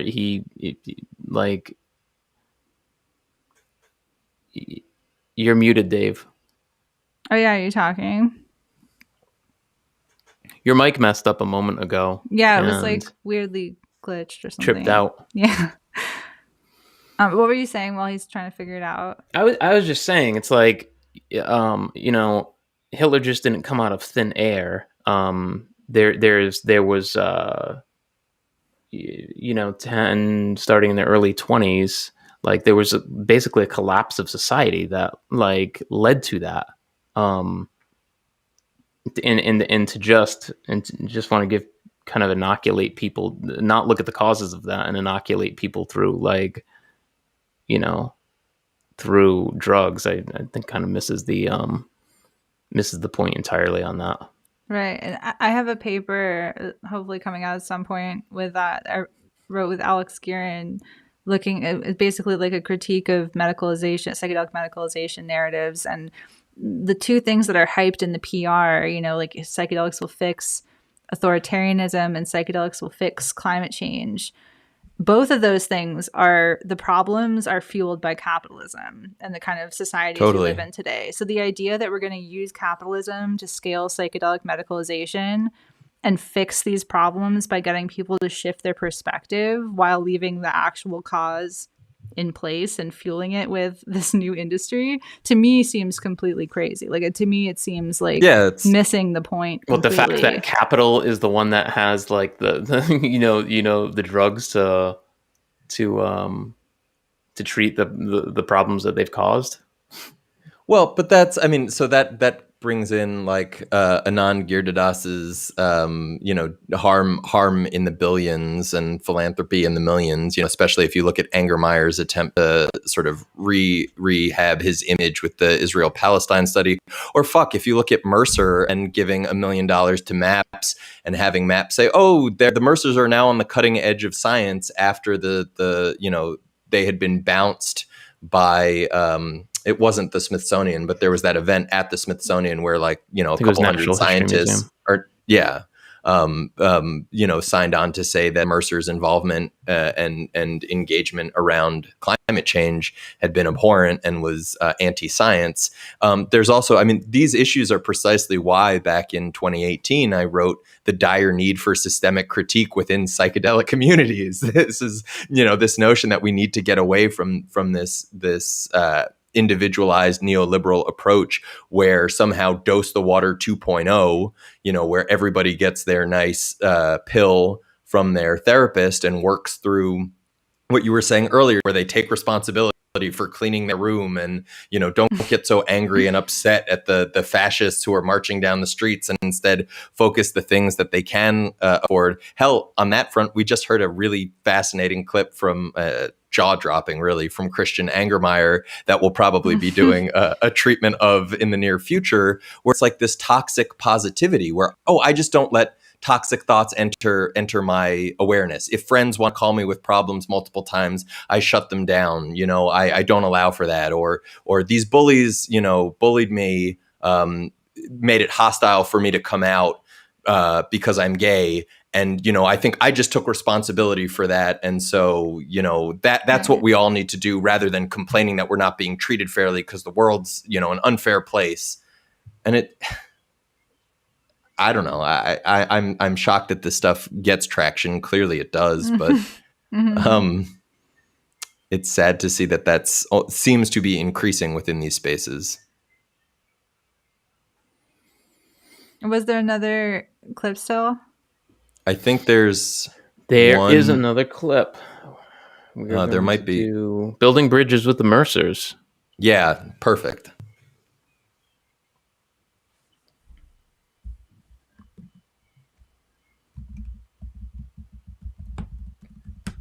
It's just wild, like thinking about the things, thinking about back in like 2015, 2014 or so, like talking about drone operators and the far right and all of these things. I remember tiptoeing around it, particularly at a talk I gave at Boom, and just trying to sort of ask questions rather than make assertions, and seeing, a few short years later, sort of the degree to which we're increasingly like saturated with this stuff. And it's just, it all feels like it's moved so quickly, even like looking at it, not waiting for it, but expecting it to come.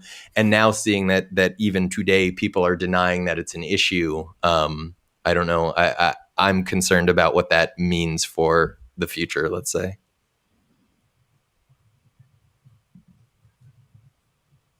And I think for me, another one of my psychedelic experiences was acknowledging that there was, we talk about how we're part of everything and we're connected to everything and it's all glorious and beautiful. But if that's true, then Hitler is part of us too. Absolutely. And once I realized that there's an aspect of Hitler inside me, inside all of us, that under the right pressures, it could emerge even, then you have a lot more humility about it and compassion. And so I think that it's the same with this idea that I understand now how what happened in Germany could happen here. Oh, absolutely. We grew up thinking, how did it happen? How did it happen? And what we've seen recently in the United States, we know how it happened. I think one of the people who's been of the greatest benefit to all of us over the last couple of years is Mary Trump. Because on one hand, she takes a stand for strong accountability and for not in any way underestimating the danger that that phenomenon poses. But at the same time, with her explanation of so much of his own childhood experiences, has enabled us to have the compassion that we need to have as well. And holding that space, refusing to personally demonize, and at the same time, absolute conviction to hold accountable and to set proper boundaries. Just like you have to set boundaries individually, we have to set boundaries as a society. Yeah, very much so. I totally think she has done great. And I also think we need to recognize that it's possible under different pressures, even for us to be twisted out of shape. I mean, maybe not for everybody, but it's possible. And so therefore we have to set up social structures that kind of encourage the best behavior, if to the extent that we can, and that's why, for me, working with Rebecca Mercer, for example, to build these bridges. If we just cut off these bridges, we blow up these bridges, where are we? We have to try to build these bridges where we can. But I think the challenge is going to be, how do we take people whose either lives are changing, their worlds are changing, are fading away, this idea of death rebirth that we've talked about. How do we help people see that if you give something up, you can be in a deeper reality, that you're not left with nothing? How do we help fundamentalists give away the literalness and to see that there's a deeper spirituality? And I don't know the answer to that, but that, I think, is our challenge. Well, if you ever take ecstasy with Rebecca Mercer, please, I'll give you my email. Please let me know how it went. Can I just say something real quick? I was thinking about the paradox of because I agree, you can't change people from trying to from being selfish. You can over time provide people with better support and childcare experiences that so they don't grow up as damaged, but ultimately having clear boundaries is important societally, for just not accepting fascists marching in the streets, and with the defund the police kind of approaches to things. It's to me, that seems like a clear assertion of reasonable boundaries, where it's no, actually, we don't want this happening in our communities. And so whereas Rick's version of things is focusing on getting through to the cops, and so it's paradoxically working against that attempt to create healthy boundaries in communities.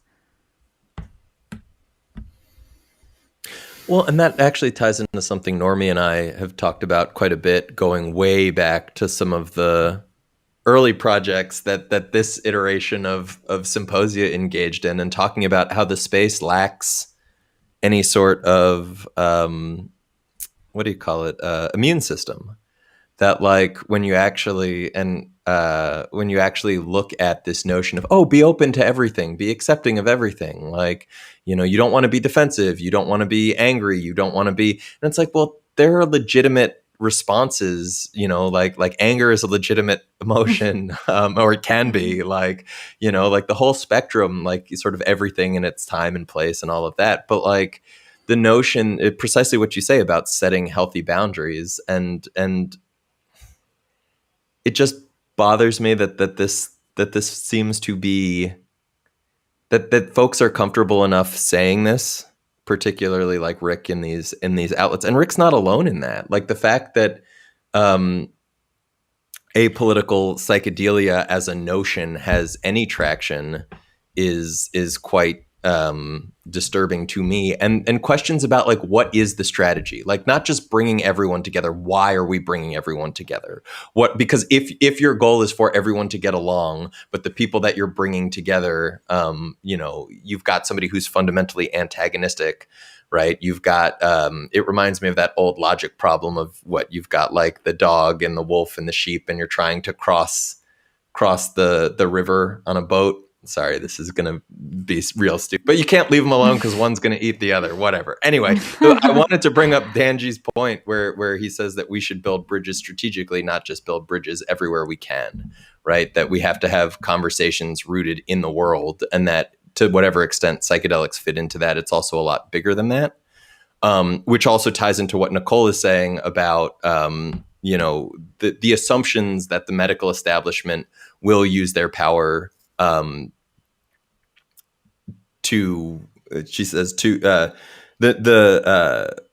use their power to force people in society to take psychedelics is already quite problematic. I can't imagine it happening. And to me, it's not just about questions of forced medicalization, but it's also questions about how likely is it, if we consider the way that psychology has functioned, let's say within the US historically, this notion that rather than challenging the structures and institutions, that its job is to make people better adjusted to coercive and destructive systems, right? Like, I'm not interested in psychedelics that make people better adjusted to the fucked up things that are happening around them. I'm not interested in psilocybin or ketamine or whatever as a maintenance therapy to be less concerned with the coercive relationships unfolding around you, or with soldiers, with drone pilots who are struggling with PTSD based on the things that they're doing day to day, being given maintenance therapies so that the military can maintain their investments, right? Not lose that out either to people being, either people killing themselves or not being combat ready.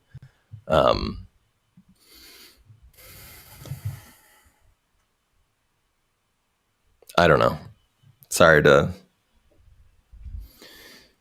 Yeah, and just it's in practice with this discourse, even though like we need to care for everyone and like have empathy for where everyone's at, like that tends to prioritize the people who are causing harms, like their well-being, at the expense of the people who have been harmed or are actively threatened. And there's so much coddling of like far right reactionary forces, and like a lot of people who I see really trying to do good work in the space who are hurt and kind of pushed out and excluded. So it's like in practice, even though you're saying we're all equally important, it comes down to the reactionary elements are more important, and they're kind of like it being included is more important than the people who can't. Absolutely. And it's fucked up because like, oh, let's build a bridge to fucking Dan Crenshaw. Okay. Like, this guy's Guns on Views, they're pretty standard. In fact, he just to speak to how fucked up gun nuts are, they pushed back on him a little bit because of legislation that he supported with the TAPS Act. But but let's build a bridge to Dan Crenshaw while he's supporting policies that lead to like tons of guns being trafficked over the Mexican border from his state, being trafficked into communities that are used to in war crimes in Mexico and Latin America. I guess it's easy to, I don't know. Well, but he's more important though than the people that his policies are actually like fucking killing right now. Yeah, but then you'd have to address the fact that that's like not just a policy disagreement or a conceptual issue, right? At that point, you would have to actually sit and get into the weeds. Somebody had commented in chat earlier, like, what's the likelihood? Like, are you expecting Doblin to be presenting a coherent, consistent policy position through this, or is he just saying the things that sound good? And I think that's one of the reasons why throughout our, whether it's engagement at conferences or online, we've seen a lot of researchers who I think are used to being treated in a sort of rock star sense in this space.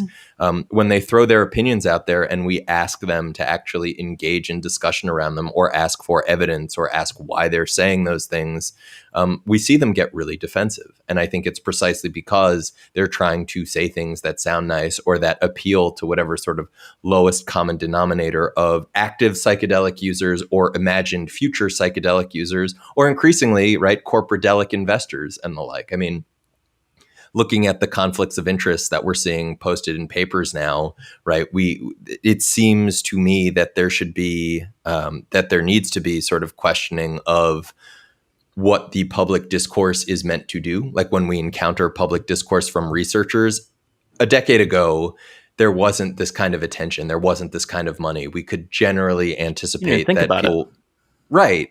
But at this point, I think we have to interrogate, why are they saying these things and whose interests do they serve?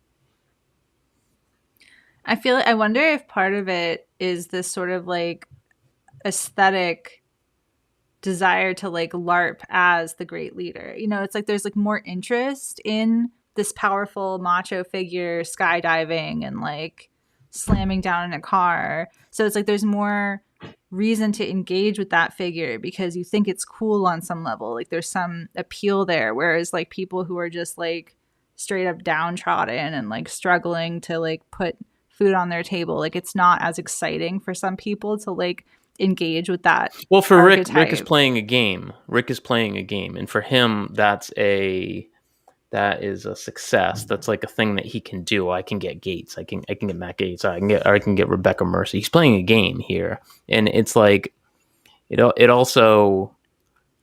I don't know. I know how he operates, and that is how he operates. Like, there. like as a political like strategy. Yeah. Well, maybe as a political strategy, but I think it's also like his game. This is the Rick game, and a lot of that is it's like a thrill to be able to get a far right wing guy to talk about psychedelics. Maybe it's influential. It's a trophy case. It's like, look at all the reactionaries. I mean, and he says it with pride, you know, in various talks. When you look at the way he talks about Mercer, or you look at the way he talks about some of these other people, it seems to me that there is a certain almost like it's almost like a dare, like, ooh, look what I was able to do. And even though it was the most controversial thing, like we still took the $1 million. Nobody was able to make it stop. Nobody was able to convince me that it was the wrong thing. So I want to share. This was David's piece, and we went through. So Rick works closely with a retired Sergeant Jonathan Lubecki. He's their quote unquote conservative whisperer, and this is the guy that goes out and basically lobbies, talks to everybody, talks to a bunch of Republicans on the the benefits of MDMA for PTSD, for soldiers, for police and whatnot. This is, can you see when I highlight the different things here? Yeah. Yep. Okay. This is a picture of him this is Lubecki here. It's a picture of him with Matt Gaetz. This was at, I don't know if this was at CPAC or not. There's one with Booker. To be fair, he does meet with some Democrats. He did work on the Rand Paul campaign. Chuck Grassley, picture him with Trump. I know he's met with Trump to discuss some of these things. Scott Walker. I don't know if that's Burr. Is that Burr? I think I asked you that if that was Burr. I think it is. Someone correct me if I'm wrong if that's not Richard Burr. I don't know if it is. Scott Walker, great union person. Jesse Waters, he's tweeting at Jesse Waters. That's Jesse Waters from Fox and say, yeah? I don't know. So. They can't be another guy named. Here, I'll tell you right now. Jesse, is that Jesse Waters? The biggest fucking jerk out there. If you haven't watched, oh my God, I have not looked at the news or any follow-ups or any YouTube on his. Yeah, that's his Twitter. Watch Jesse Waters' section on Chinatown that aired on Fox News. It's outrageous. It's one of the most outrageous things I've ever actually seen. This one really bothered me here, which probably will bother people for me saying this. Yeah, sure, Biden has been not on the right side of a lot of drug policy, but to come out and say that Trump and the GOP are way better with drug policy than Joe Biden, fuck off. I'm pretty at the point, and I tagged him in this and asked him to engage with it. He didn't, but at that point, Trump had, talked about how great Duterte and other people who were like murdering folks. I mean, Trump has been out there advocating to execute drug dealers. Nonsense. It's nonsense. I mean, it's also worth noting that Lou Becky, I know you brought this up for Gates initially, but Lou Becky has also posted has reshared various anti-BLM memes. There was at least one that was like referring to black folks as thugs. Like it was just the whole thing was. I mean, this is a guy who took the time to work on Rand Paul's campaign. I mean, I think that speaks for itself. This is when he met up with Mike Pence and Pence, yeah. Mike Pence, and gave him a challenge coin for MDMA. Cute. This is this slide Rick likes to. This is one of the slides that Rick likes to play in presentations to say how much bipartisan support that MAPS has. Obviously, Alex Jones. This is another slide that Rick likes to show. Get another criminal here. I mean, here at Symposium, we're not necessarily opposed to criminality. Let's talk about crime as a social construct and all that. But yeah, do you guys ever? What was that? Was that Democracy Now? Was that a Democracy Now segment that talked about like the scheme that was set up on the pardons with Giuliani? Oh, the pay for pardon or whatever. Yeah. So, I think that's that. I think we're good on those clips. Yeah, I mean, I don't know if folks. I mean, that's pretty much what we had set out to discuss. If people have like final thoughts, if folks in the folks who are watching want to comment or have thoughts, questions, should probably wrap it up soon. It's been a little while, but I mean, like I said at the beginning of this, when somebody shared that talk with me or that interview with me, and there was. When I watched it and was talking with Russell and Normie, it just seemed like we couldn't skip over addressing some of those things, especially as they sort of typified a few of the different themes that we've spoken to over the last couple years, longer. Sure. Well, should we wrap there?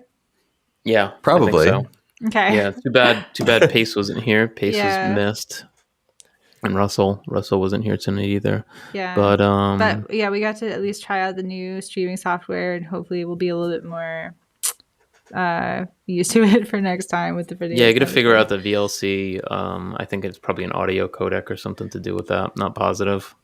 Yeah, we'll work to get the stuff more dialed in. I know we're planning on doing, and I know we say this every time we do a live stream, so apologies if I sound like a broken record, but we are working on keeping up the consistency of the scheduled live streams. And now that we have Restream up and running, we'd like to start do more sort of random pop-ins and just kind of engage at whatever's going off in any particular moment. Yeah, because sometimes we have like team calls like that are about like current events and stuff that like we might be able to do some of those live, just so that if anyone feels like dropping in, hanging out, chatting with us, they can do so. Yeah, trying to broaden those conversations. Well, thanks so much. I hope everyone has a great night. Thanks, everyone. Yeah. All right, so long.